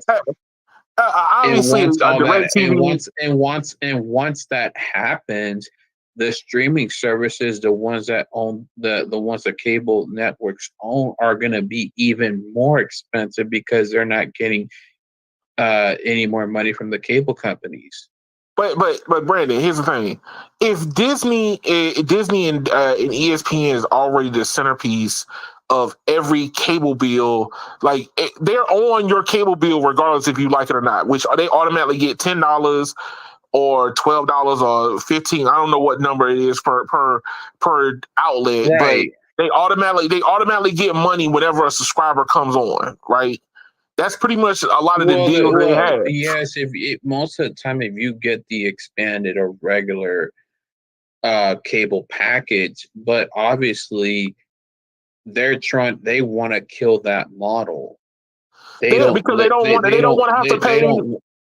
want people to have the choice package anymore. They don't want the people to have the America's Top 200. They don't want it to have the digital starter preferred or whatever they want to call it now. But here's the thing: the fighting that's going on is basically over, and for the most part, if DirecTV sees that they have 30% of their user base is not really looking at Disney or any Disney product, they don't want to have to pay for 30%.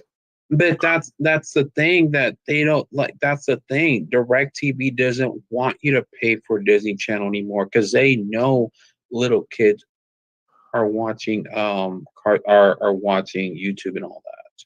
Right, but what I'm saying is now you turn around and Disney is holding hostage all the rest of your the other 60% of your user base because they want access to that 30 also. So they're going to piss off your 60, and people are going to end up leaving to go somewhere else. Right. It's like a weird way of doing this. It's almost like they're purposely sabotaging the industry to end up going into the arms of them anyway. Yeah. I mean, look, the Disney and ESPN, they do have an app or they have a streaming service. If you piss off enough of them, then guess where they're going to go? They're going to go directly to the horse's mouth. They're not gonna go, YouTube TV or whatever. They're gonna be like, yo, I already pay for DirecTV. Let me get the app. Right, and they're already doing that now.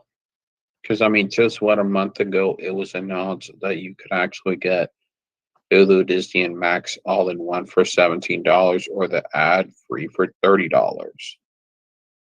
True. But the thing is like here in this article here, hold on, let me pull this up. In this article here, Dish is telling people like, yo, the angry customers are canceling their subscription, and it's like useless. You're leaving one monster to go into another.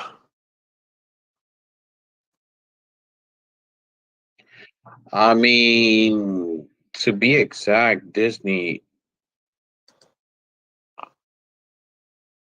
was the one that kind of started all this crap.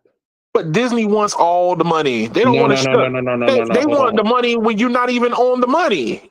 Well, okay, so here's the thing. Disney started it. Disney started this mess because about 5 months ago, 4 or 5 months ago, Disney announced that they would. Disney announced that that they were going to do a sports only package, Right. where it's only ESPN, Fox, and I don't remember the other channels, but I don't remember the other channels, and so that DirecTV said, "Oh, you're going to do that, Disney. So the next time we negotiate, let's do the same thing." So they're basically trying to say, "I don't want the mouse channels anymore." Yeah, but here's the thing. I see Disney. Not only I that, but Disney next year is going to launch an ESPN suite where you basically get all the ESPN channels on the ESPN Plus app. But we all know we all know that that's going to be about $25 to $30 a month. But Brandon, what I'm saying is look at it from this standpoint, right? Mm-hmm. You got these carrier deals are starting to come back around, right? YouTube TV, Direct TV, Dish, whoever does business with the mouse, basically, these carrier fees are coming back around.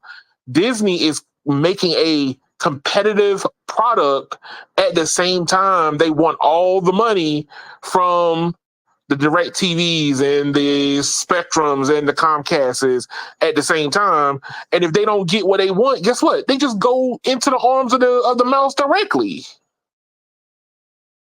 So if anything, it behooves Disney to keep pissing off the old traditional guard.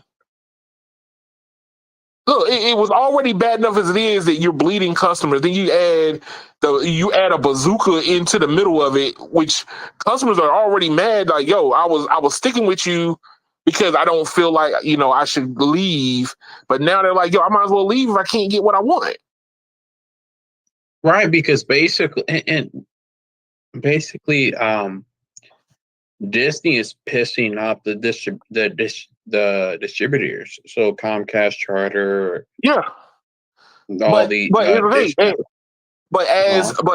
as the traditional television is waning, I mean, if they see the metrics where there's people who don't even turn to Disney channels or Disney products. I bet that what they're asking for is like, look, you're already getting these customers eventually. Give us the ability not to have to pay you for customers that are not paying, like they're not watching. And Disney's like, nah, we want it all.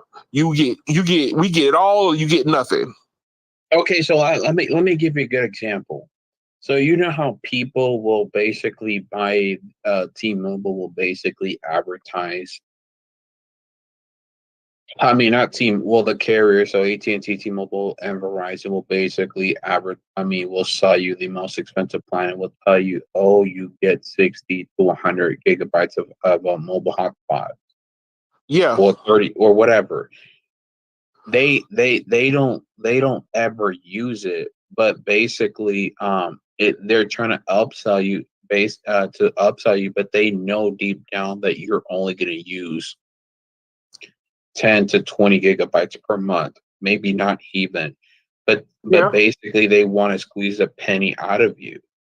They all look. I just think that it's nefarious of companies like NBC, Universal, or Disney that they're like, yo, we still want to be part of your existing package, no matter if if you got customers on your platform that does not look at any Disney product, they haven't turned to a Disney channel in 3 years, 4 years, 5 years, because they got the metrics on it.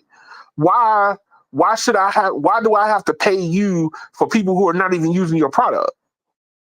And that's what they're fighting over. They I'm like, are, but the customer base is already falling. If you got Hallmark Channel watchers that don't look at no Disney at all, they don't look at ESPN, why do I have to pay you still? Why are you still getting a piece of my money for a dwindling product that is falling off? well, here's the thing, Edmund.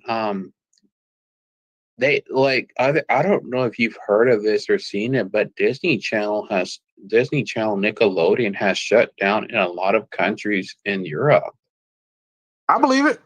Yeah, they've shut down, and I think the U.S. I think Disney's basically scared to actually shut those channels down. So if DirecTV gets it this way, I don't see Disney Channel be around next year. But here's the thing: people who do like Disney, who do like ESPN, are going to just leave. They're just going to move away from traditional television.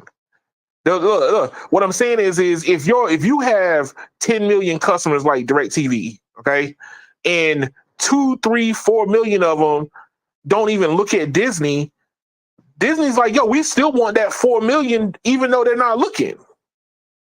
We want access. Yeah. We inside a bill, we want $10 of every single customer. That's what you paid us before. That's what we want to keep getting. And DirecTV right now is basically like, yo, look, we want to slim down these packages. And they're like, no, we don't want to do this. And now you're jeopardizing the other, And 7, Comcast 8, wants to 9 do the million. same thing too, and so does Charter. Right. But understand, if it's like, think of it like this, it's like coming in and all of a sudden the bulldozer is advancing you. You're already having a problem keeping your homes together. Now there's a bulldozer at the edge of the corner ready to knock down your houses even more. Right. You out here putting aluminum foil trying to keep the rodents out, and here's the bulldozer getting ready to knock down your house even more. It's Disney is creating a problem because they're like, yo, we want it all, and if those people leave, they're coming to us anyway. But the content's not the same. When you think about it, we talked about this middle of the week, right? Convenience. But If it's more convenience for them, if it's more convenience for a person to get it directly from Disney and from ESPN, they're going to do it. If DirecTV is not showing the channels, they're just going to drop DirecTV altogether and go straight to the mouse. Give me 3 minutes. I'll be right back. Not a problem. But no, I'm just saying overall that DirecTV is just one of many that's run into this issue where it seems that Disney is the spearhead of this problem. They are literally fast forwarding the demise of traditional TV a lot faster, and I think that they're doing it because they can profit more with more people churning. So I don't know if Aries is still here, but I feel that Disney is purposely creating a churning effect on purpose. If you play hardball, you want to actually, what they're asking for. You know what they want. You know that they want to alleviate their bottom line. Your bottom line is, hey, if people don't use your product, I don't think I should have to pay you for people who don't want to use your product. That's just a common term. It's just commonality. Hey, if I'm gonna still pay for a car wash and I'm never using the car wash, that's stupid. I'm not gonna do that in my everyday life. So why would businesses not want to do it also? So, but it's gonna be interesting. DirecTV customers are just in a crap shoot right now. They might end up going to the YouTube TV or going straight to ESPN or downloading the ESPN app just so they can watch sports right now. So let's pull up another Let's pull up another article. Where's it at? Where is it at? I don't want to do that one yet.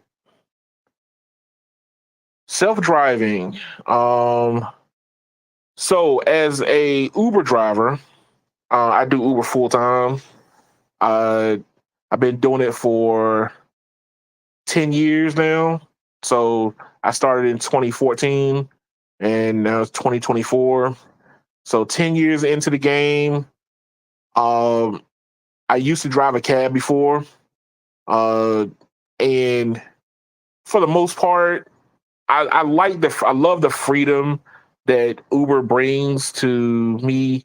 I get a chance to have a little bit more creative freedom. I'm working on my YouTube channel now, different things like that, right?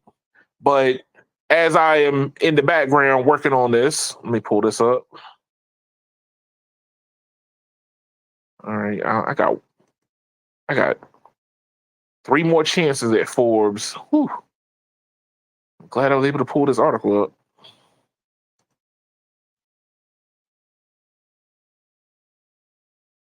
Self-driving cars have been coming more and more prevalent into the landscape.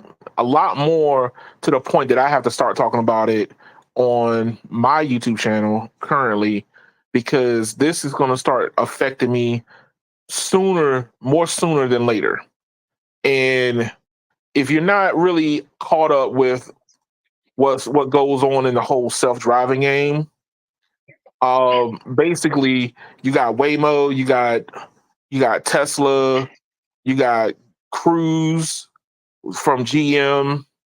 These companies are looking to sell their hardware to an Uber, a Lyft, a sidecar, a rideshare company, whoever it might be, to offer self-driving vehicles as taxis.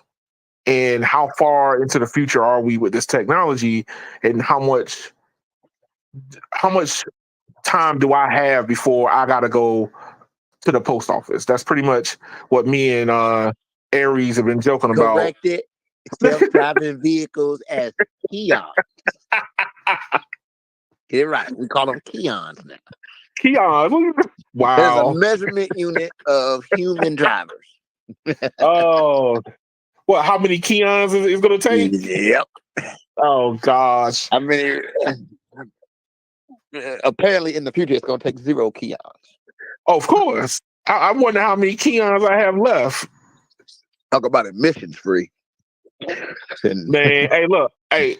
So with me being, I pay attention to the space. I know that my profession is up for grabs right now. The question is how much time do I have? And see, the thing is people thought that it was going to be another 10 or 15 years. It's going to be 10 or 15 years for a viable commercial product where like a person can literally take their hands off the wheel, drive to grandma's house who lives in the woods somewhere, and the car drives them all the way there without any intervention. 15, 20 years, right? But it doesn't have to be that good to have self-driving robo-taxis all over the place.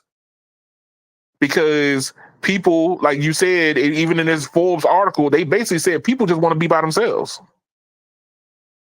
There's a lot of people who just want to ride alone.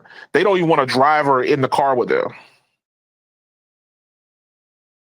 You know, I drive around and a lot of people don't even say nothing to me. They don't even want to say hi. You know, I feel like I'm a friendly person. I say, hey, good morning, good evening, good afternoon. They don't even want to say nothing to me back.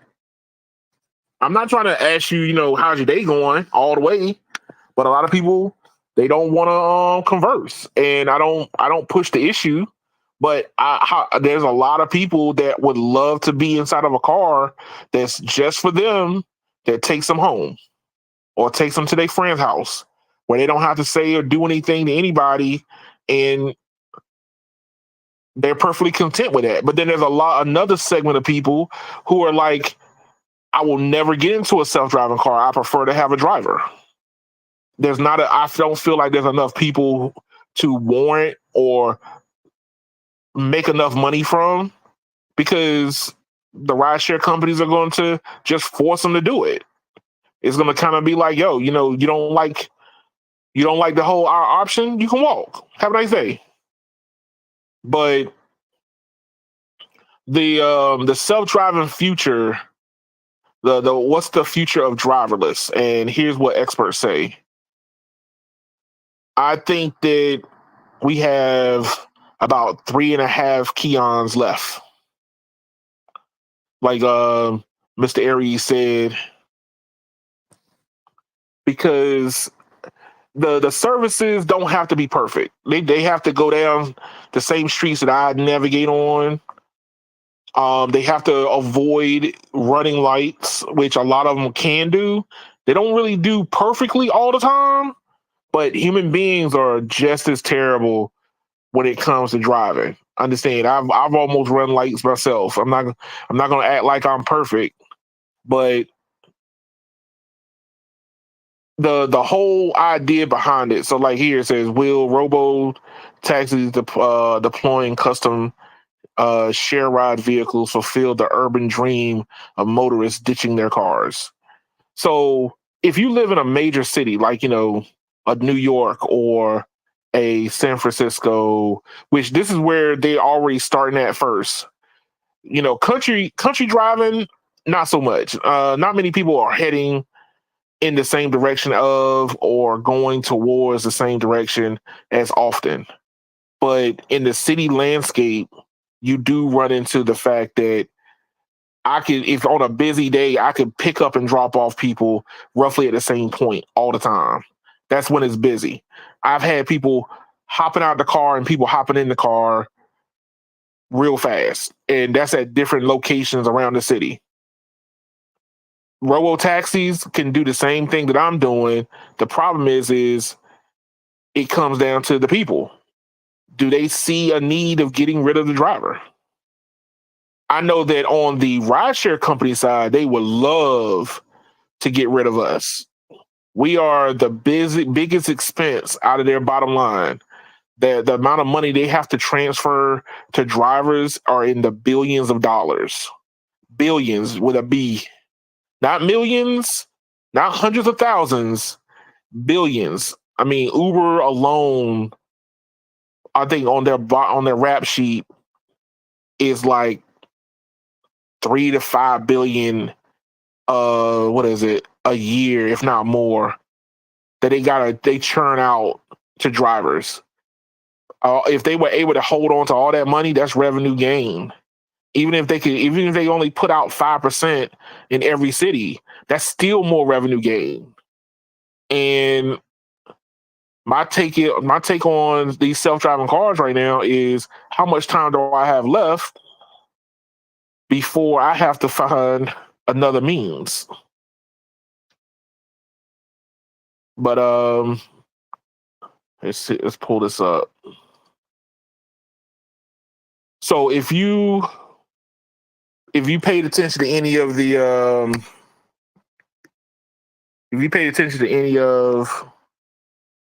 ride hailing industry, Waymo, I feel Waymo is the more mature of all the ones that's come out before. Let's pull this up. So Waymo is a spinoff of Alphabet. So it's under their banner. And so it was a Google product, but then they made it into a product, a self-standing product. And this is NBC Bay Area. So Waymo's new website aims to prove its driverless cars are world's most trusted. So they were in the news a couple of days ago where one of the Waymos was just honking his horn inside of a parking lot, being real creepy. Another day, the car turned into oncoming traffic with a customer inside the car at the same time, which I would have lost my mind if I was inside of a driverless car and it turned into ongoing traffic. But for the most part, even though you can say that, hey, those were small incidents, it's not that many of them compared to every like a single driver pulling U-turns in the middle of intersections, almost getting hit, causing accidents. Are these cars presenting themselves as being just good enough to finally be able to pick people up? They don't have to be perfect. They just got to be good enough to get the ball rolling. And it's just kind of funny seeing like Uber, because that's who I drive for the most, seeing Uber come back all the way around to self-driving cars. They did their whole self-driving cars themselves. What was it? In Arizona, they ended up killing a lady because the car ran the lady over when it had all the sensors on the car that would told you that if there was danger coming up on it. And they got rid of that whole unit, and now they're partnering with Waymo and Cruise and in other countries, different other companies that do self-driving vehicles to finally come back around to it. How much time do I have? I don't know. But let's see. Let's pull up this other one.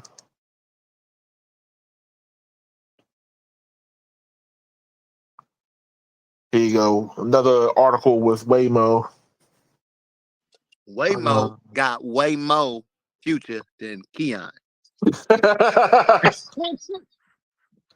Here you go. So here's another one. I'm gonna quit with the jokes, man.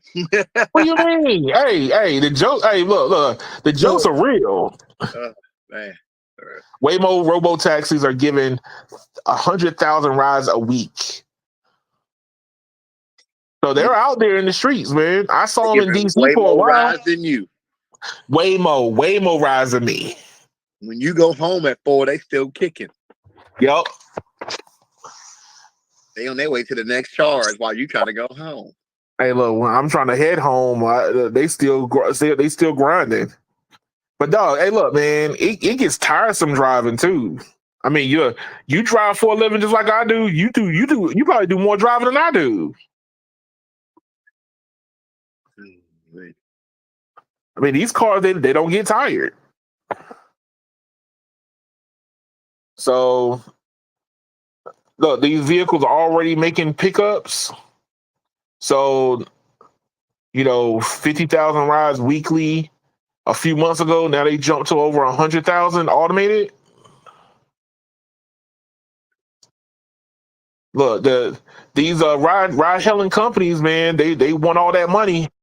We're talking about billions of dollars going to people like me, which they don't want to pay us in the first place. They can recoup all that cost, and that car is literally just churning out money, and it doesn't sleep. See, I got to go to sleep. There's 12, 13, 14 hours that I'm not making money for them. Yeah, man. So you got to get on that corner more to prove yourself. Oh Lord. Look, I gotta let my pimp know I'm still that bottom. Uber talking about, you know what that means? What's that mean? That means we's in charge. Say it, we in charge. Hey, look, man, I don't know. It look like the postal service is my future, sir. Say it with me. We in charge. We in charge. Way in charge. Boy, he gonna be hustling flowing out there. Man. He said, go in there and get that microphone for me. Oh. Yo, let's see. I got 2 more stories left, and then I'm gonna let you go, man. What was it? I wanted to say this with EM was still here, but Call of Duty Black Ops 6 has come out. It's in beta right now. Come on. Call of Duty is out, and this game is the most annoying version of Call of Duty I've ever seen. So what is it doing? So if you know how we were talking about earlier, Destiny. Well, Mm-hmm. Destiny 2 had a very unique movement system in it, right? Well, Black Ops must have realized that Destiny is dying, and they added in sliding and jumping around as their movement system. They called it the Omni movement system, and it's literally a game changer. I watched YouTubers play. That is the most annoying movement I've ever seen in a game, yo. All these guys are doing is literally they jump across the screen and getting headshots. Like There's literally like there's Max Payne literally style. no skill at this game. It's like Max Payne style.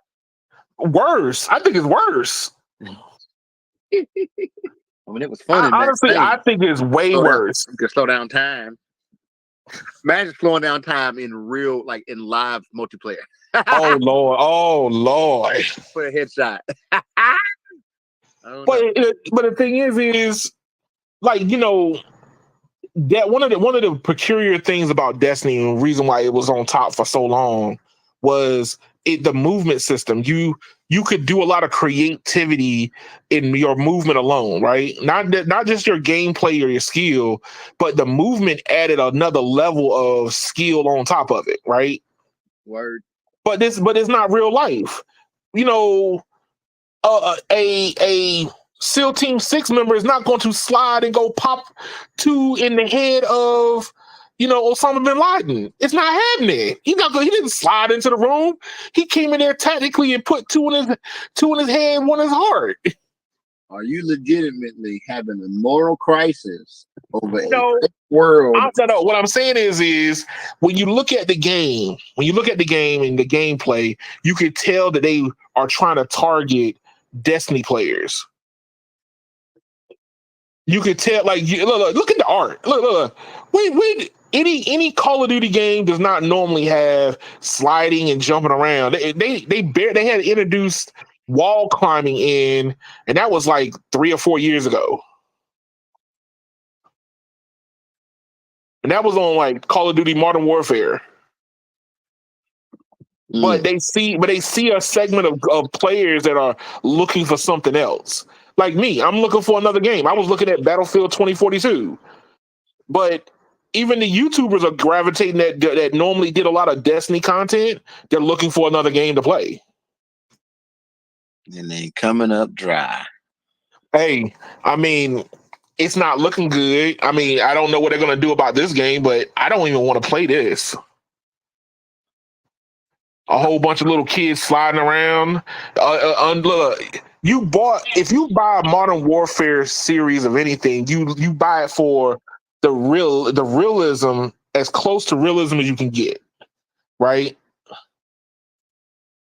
You know, tactical shooter games, you're not really sliding. I mean, you might slide to get behind cover, or you're trying to get away from being shot, but you're not sliding into some ongoing fire so you can shoot somebody else. Who does that? Nobody does that.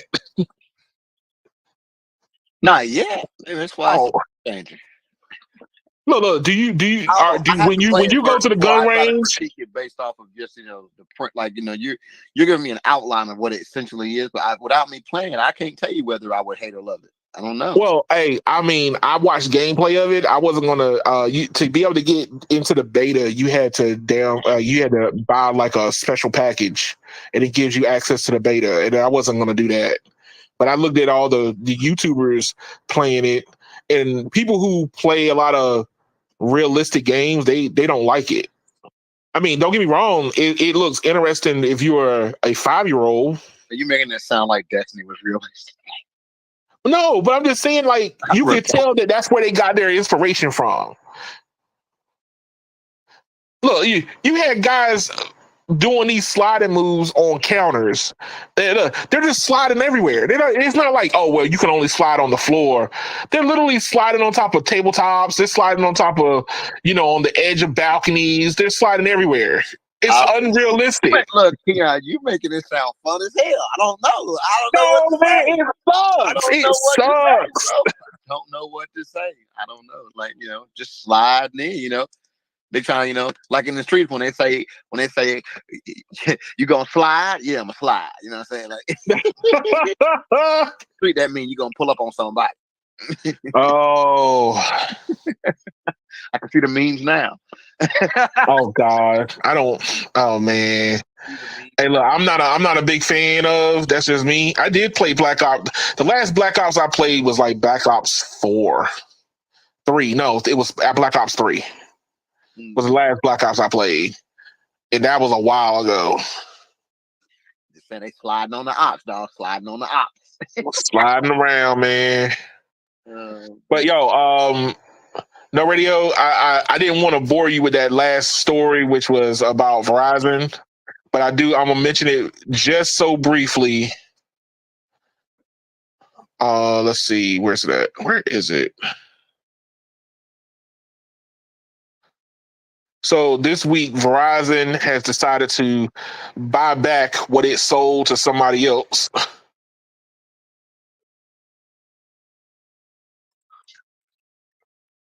But this is actually a bigger conversation. You would know better than I would because you've worked in different telecoms before. But do you see a fiber company consolidation getting ready to happen? Between who and who? Between a lot of different companies, like you name it. The big carriers. Let's say, Spectrum and Comcast, Verizon, AT&T, T-Mobile is looking to get into the game. But you got Verizon here spending $20 billion to buy Frontier, which they sold Frontier a large chunk of their fiber before. I think they sold it to them for like $10 billion.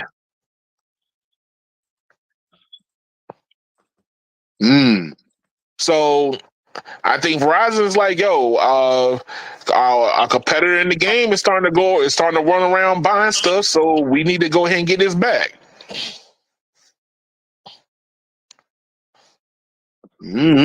What do you think?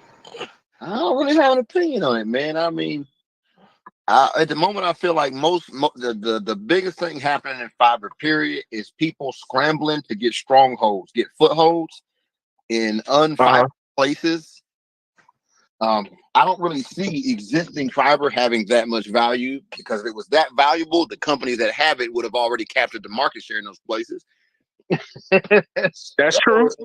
I don't know if existing fiber footprint is really valuable in the first place right now, just because of that. So, but the expansion is valuable. Expansion is way more valuable because whoever gets fiber in the ground first essentially is going to win, as long as they can, obviously provide all the other services, maintaining it and customer service. I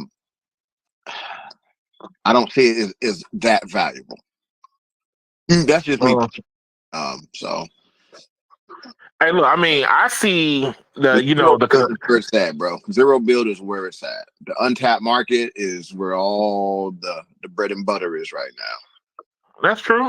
Because they're being incentivized to move out there, so it's guaranteed customers, right, with no competition. Because who the crap is going to go behind a fiber company and build another fiber plant right on top? Almost no one. True. But here, what happens when you finally get to that last vestige of, customer that you finally cover? I mean, understand, do you just stay away from do companies just end up staying away from each other at that point? Exactly. Well, you think Comcast and Time Warner did all these years? if Charter built plant there, Comcast wasn't going to go right next to him and build in the same neighborhood, so it's a losing battle. But couldn't you turn around and use like fixed wireless to start poaching customers? But why would you do that when people are building fiber? We've already had this conversation, sir. Fixed wireless is a gap stop. It is not a future. There's no future in fixed wireless. You mark my words. All right. Fiber is being built so much now that fixed wireless is the dumbest option for internet. Like, really, places that were literally the last frontier of DSL are literally getting fiber right now. Why would those customers go to fixed wireless? That's true. That's all I'm telling you. Even Farmer John, where Farmer John's land Poor Farmer John. AT&T, there was AT&T Twisted Pair there, and half of those people couldn't even get DSL even then. They're literally getting fiber right now. They can do 10 gig. Why in the world would they want to sign up for fixed wireless? Poor Farmer John. He about to lose it all. All I'm saying is the person building the company that's building fiber there right now, their plan started like $40 a month for symmetrical 300. Why Farmer would John ain't got no hope. fixed wireless? That's all I'm saying. Fixed wireless is a gap stop. There's no future in it. Period. And Verizon is about to prove it if they buy Frontier. Really believed in the fixed wireless product, they would not be buying Frontier. They would instead be building more wireless in those areas where Frontier exists, like you just said. That's true. Fixed wireless is dead, bro. I mean, I just saw it as like the companies, like these major ISPs are like causing the industry to consolidate a lot more now. I mean, Verizon broke this piece of itself off years ago. Now all of a sudden they gone back and go get it again. Well, that's because but here's the thing though. What is their purpose in getting it? Like, do we actually know, or are we assuming what we think? We probably are doing more assuming. There you go. We're doing more assumption. This Frontier business may not even have anything to do with residential home internet. They may want it for other reasons, some of that backbone. That's the thing. We don't know. We're assuming. Justin Tech just jumped in and says fixed wireless is a good idea for backup. Yeah, for backup. Yes.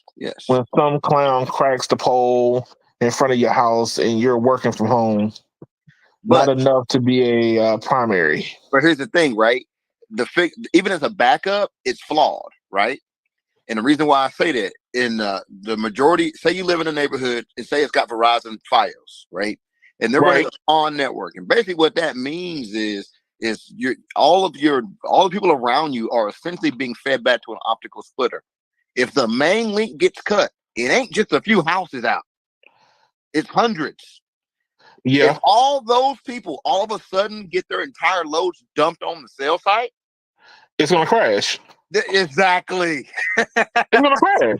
So even then, the fixed wireless thing it could don't get me wrong, it could keep you connected, but you would certainly have a hard time in like a city environment where the fiber was actually cut. But hey, look, I mean, I'm just saying the reason why I keep going back to it, I look at fixed wireless not as a primary source. I look at it as a filler, like kind of like you're putting your fillers out there trying to figure out like what direction to head in, what's going to be your next source of income possibly. You've said that before, but I'm just telling you, telecoms don't operate like that. They don't. They don't go. If enough people sign for fixed wireless, we'll build fiber over there. No one is doing that, sir. It's not happening whatsoever. Nobody is doing that. Well, right now they're not doing that because I understand they're just going ahead. They're going ahead and just build. How the business works. That's what I'm trying to tell you. It's not how it works. True. I see it. But no, I just wanted to get your opinion about it. Look, this popped up in the news, and it was a big deal. People who cover cellular more than I do, they were like breaking news. So yeah, small ones are consolidating because they can't compete with the big ones. Companies like Frontier are already drowning, so it's less of a consolidation and more of a yard sale. You know what I'm saying? Hey, that's a big yard sale at $20 billion. Consolidation is let's join powers so we can be more competitive. No, that's not what's happening. We're drowning over here, and we got all this fiber in the ground. Hey, look, $20 billion is a big yard sale, sir. It is a big yard sale, but what I'm saying is, hey, we're drowning. Anybody want to buy this? Yeah, that's true. And what did Verizon originally sell it for? That's the other. I think it was $10 billion. All right, and how much did the plant expand since then? That much I don't know, but I would take it that it probably had to expand being that it was like 10 years. I think it's been over 10 years. Yeah, because we know, like, historically, Verizon Fios has never been aggressive about expansion. No, it hasn't. So, so anything with them consolidating, I think it's more of a yard sale than it is let's join forces and be bigger. I think it's more of a, hey, they got all this plant and they did expand it some. Yeah, it's a cheap pickup. Pick it up and we'll use some of the backhaul stuff too. Whatever, pick it up. Pick it up. Let's go. But at the end of the day, like I said, I don't see like a massive market of fiber companies like consolidating, because that's just one. Where the rest of them at? There's quite a few that are, if you want to look at it, they're left over. Like, what was it? Let's see here. I do know a bunch of fiber companies that are being bought, but they're being bought because they failed. I mean, look, you got Google Fiber, Windstream, Stealth Communications, TDS. Mm-hmm. So you got these fiber companies like outside of like the bigger ones that are still roaming around. Yeah, but TDS is building where no one else exists, so they will win where they're building.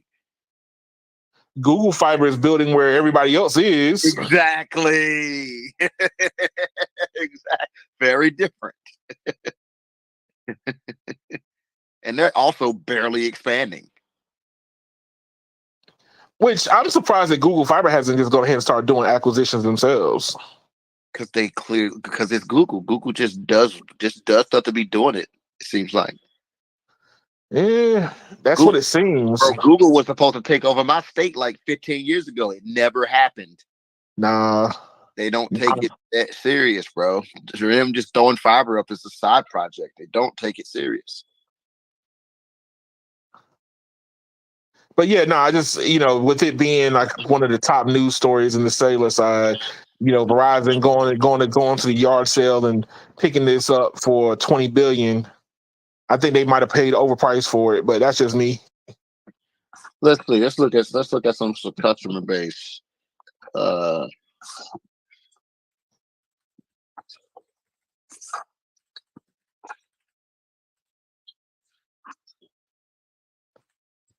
So you looking to see how many customers Frontier has? No, I want to compare some things. Let me see.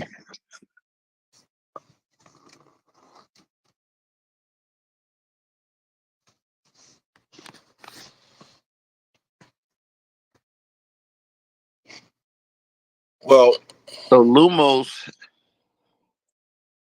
is looking at what, 3.5 million homes covered by, let's see, if they continue, let's see what this thing says. So Lumos is looking at covering 3.5 million homes by 2028. They're a small company. How many homes does Google Fiber cover? Ooh, that's a good question.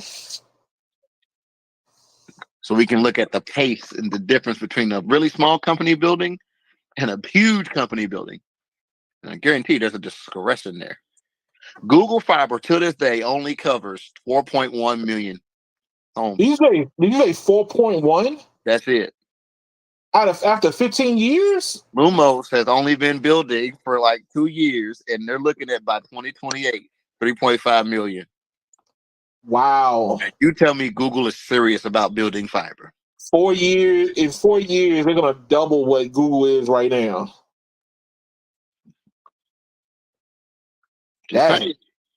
Just saying. What are they doing? They're building where no one else is at, which means that everywhere they pass is a guaranteed customer.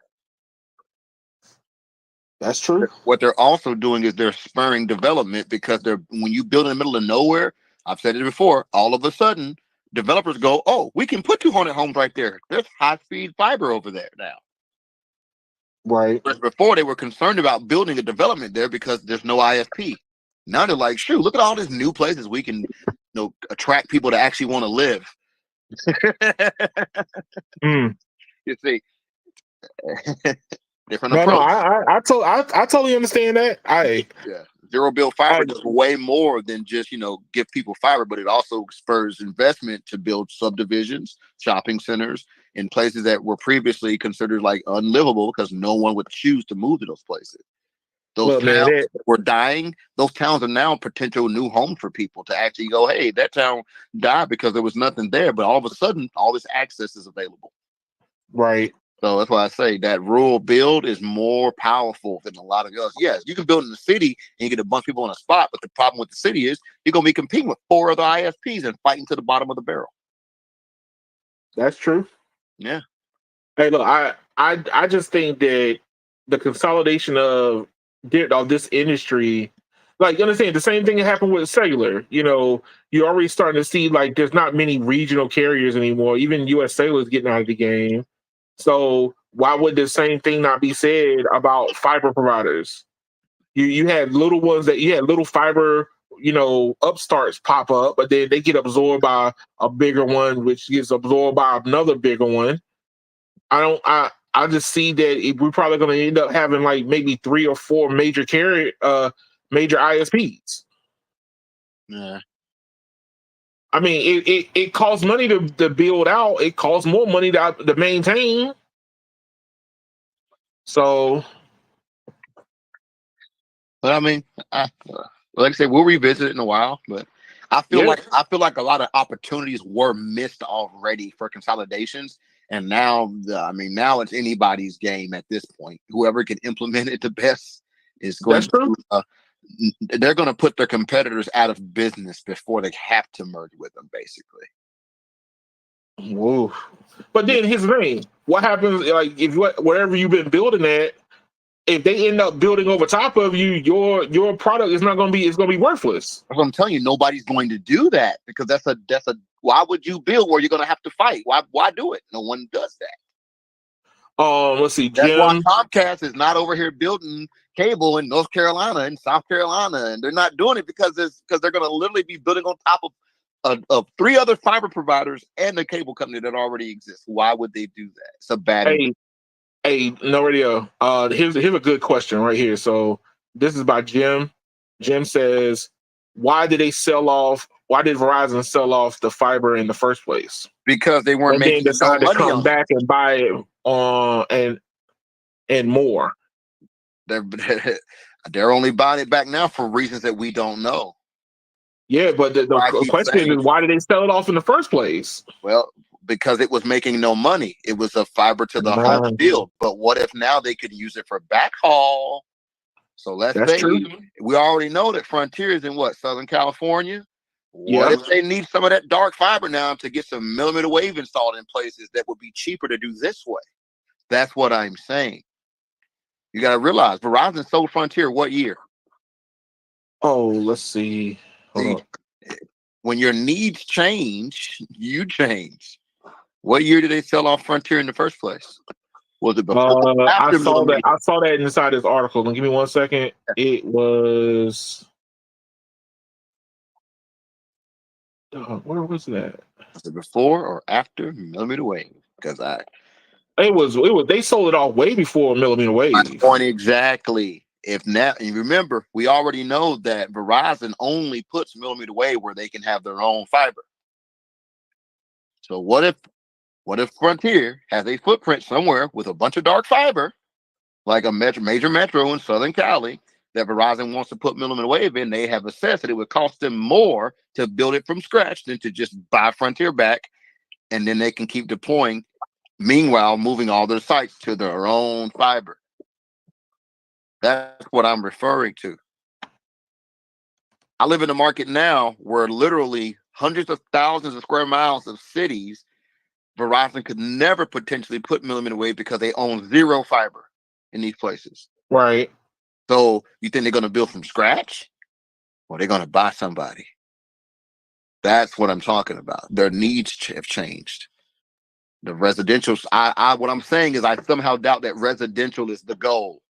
The original footprint was for the residential build, but I somehow doubt that residential is the new goal. I guarantee it's for cell sites and other enterprise needs. True. That's why they're buying them back. They sold it off in 2015. Yeah, way before millimeter wave, sir. Yeah. Goalpost has moved. So, 2015, Frontier bought Verizon's wireline operations, including Fios. for across 3 states for $10.5 billion. Yeah. I guarantee their needs have changed, and they need that. They most likely need the dark fiber more than they care about the residential accounts. Yeah, man. But also like you said, I mean, yeah, Fios doesn't bring you money, or didn't.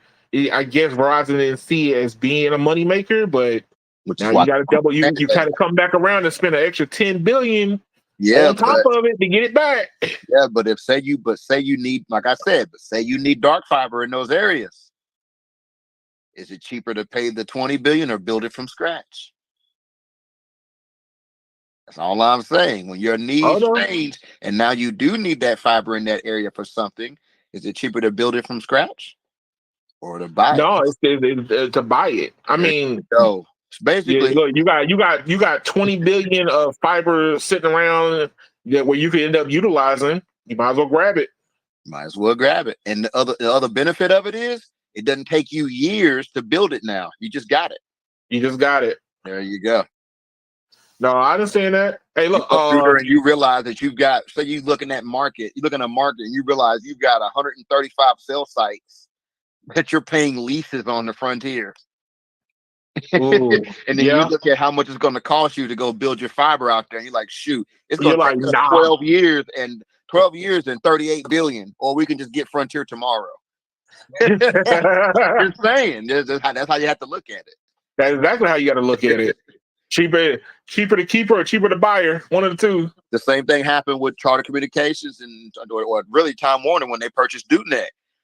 It was cheaper just to go ahead and buy DudeNet and acquire pretty much the majority of the state with fiber coverage, just like that, overnight.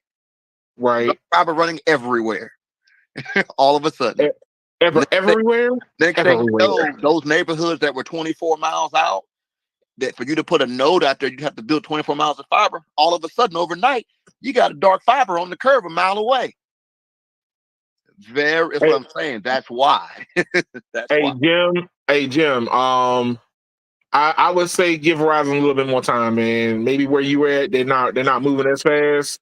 But I feel like they're coming. They're coming, man. They're coming. What city is he in? That's a good question. I don't know. He's just saying like they need to densify the network. Mid-band N77 doesn't hold. So I would say give him some time. I think Verizon's not moving as fast. Give him as long as it took him to do band 66, which is still not done. So good point. But yeah, I would say give him a little bit more time. I feel like what we are told versus what you see are two totally different things. Yeah. Two statements can't be true at the same time.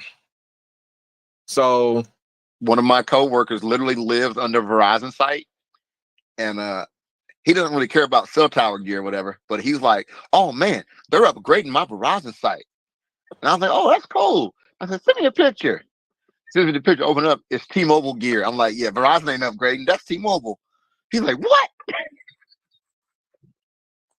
Let's see. Justin Tech says they lost a lot of coverage when they took CDMA down. Yes, they did. You are not wrong. They've come back. They have the money. Yeah, you are not wrong about that. Hey. People try to act like that was exaggerated. It wasn't. There's literally dead zones in my county now when C-band turned. There's still dead zones from C-band, from the CDMA turning on. Hey, look. I want to answer Jim's statement real quick. You want to know why AT&T's mid-band can hold a lot much better? It's like 15 of those bands. You got 15 mid-bands pointing right at you, sir. That's why. I'm over-exaggerating, of course, but I'm just saying, like, AT&T has a lot of cell bands, not a lot of capacity on it, but there's a lot of it. Oh, depends on where you are, man. There's places where AT&T got like 40 megahertz just low band. That's true. That is true. But yeah, hey, I'm about to go ahead and wrap it up. No Radio, thank you for riding with me again this week. You spared my toes. I greatly appreciate that. Don't worry. You didn't totally flatten them out. About to put some bamboo shoots under your toenails. Oh no. You didn't stomp on my toes too bad today. I thank you. Hey, if you like what you listen to, like, share, and subscribe to the channel. If you enjoyed the antics, I like to take a little bit of a comical approach to technology. I mean, I deal with it every day. I might be doing this soon from inside the post office while delivering mail. You never know. I mean, technology lets me be able to do that. I could be wearing a backpack while delivering mail, doing a podcast. You never know. Oh, here we go. You never know, man. But thank y'all for riding. Y'all have a very good one.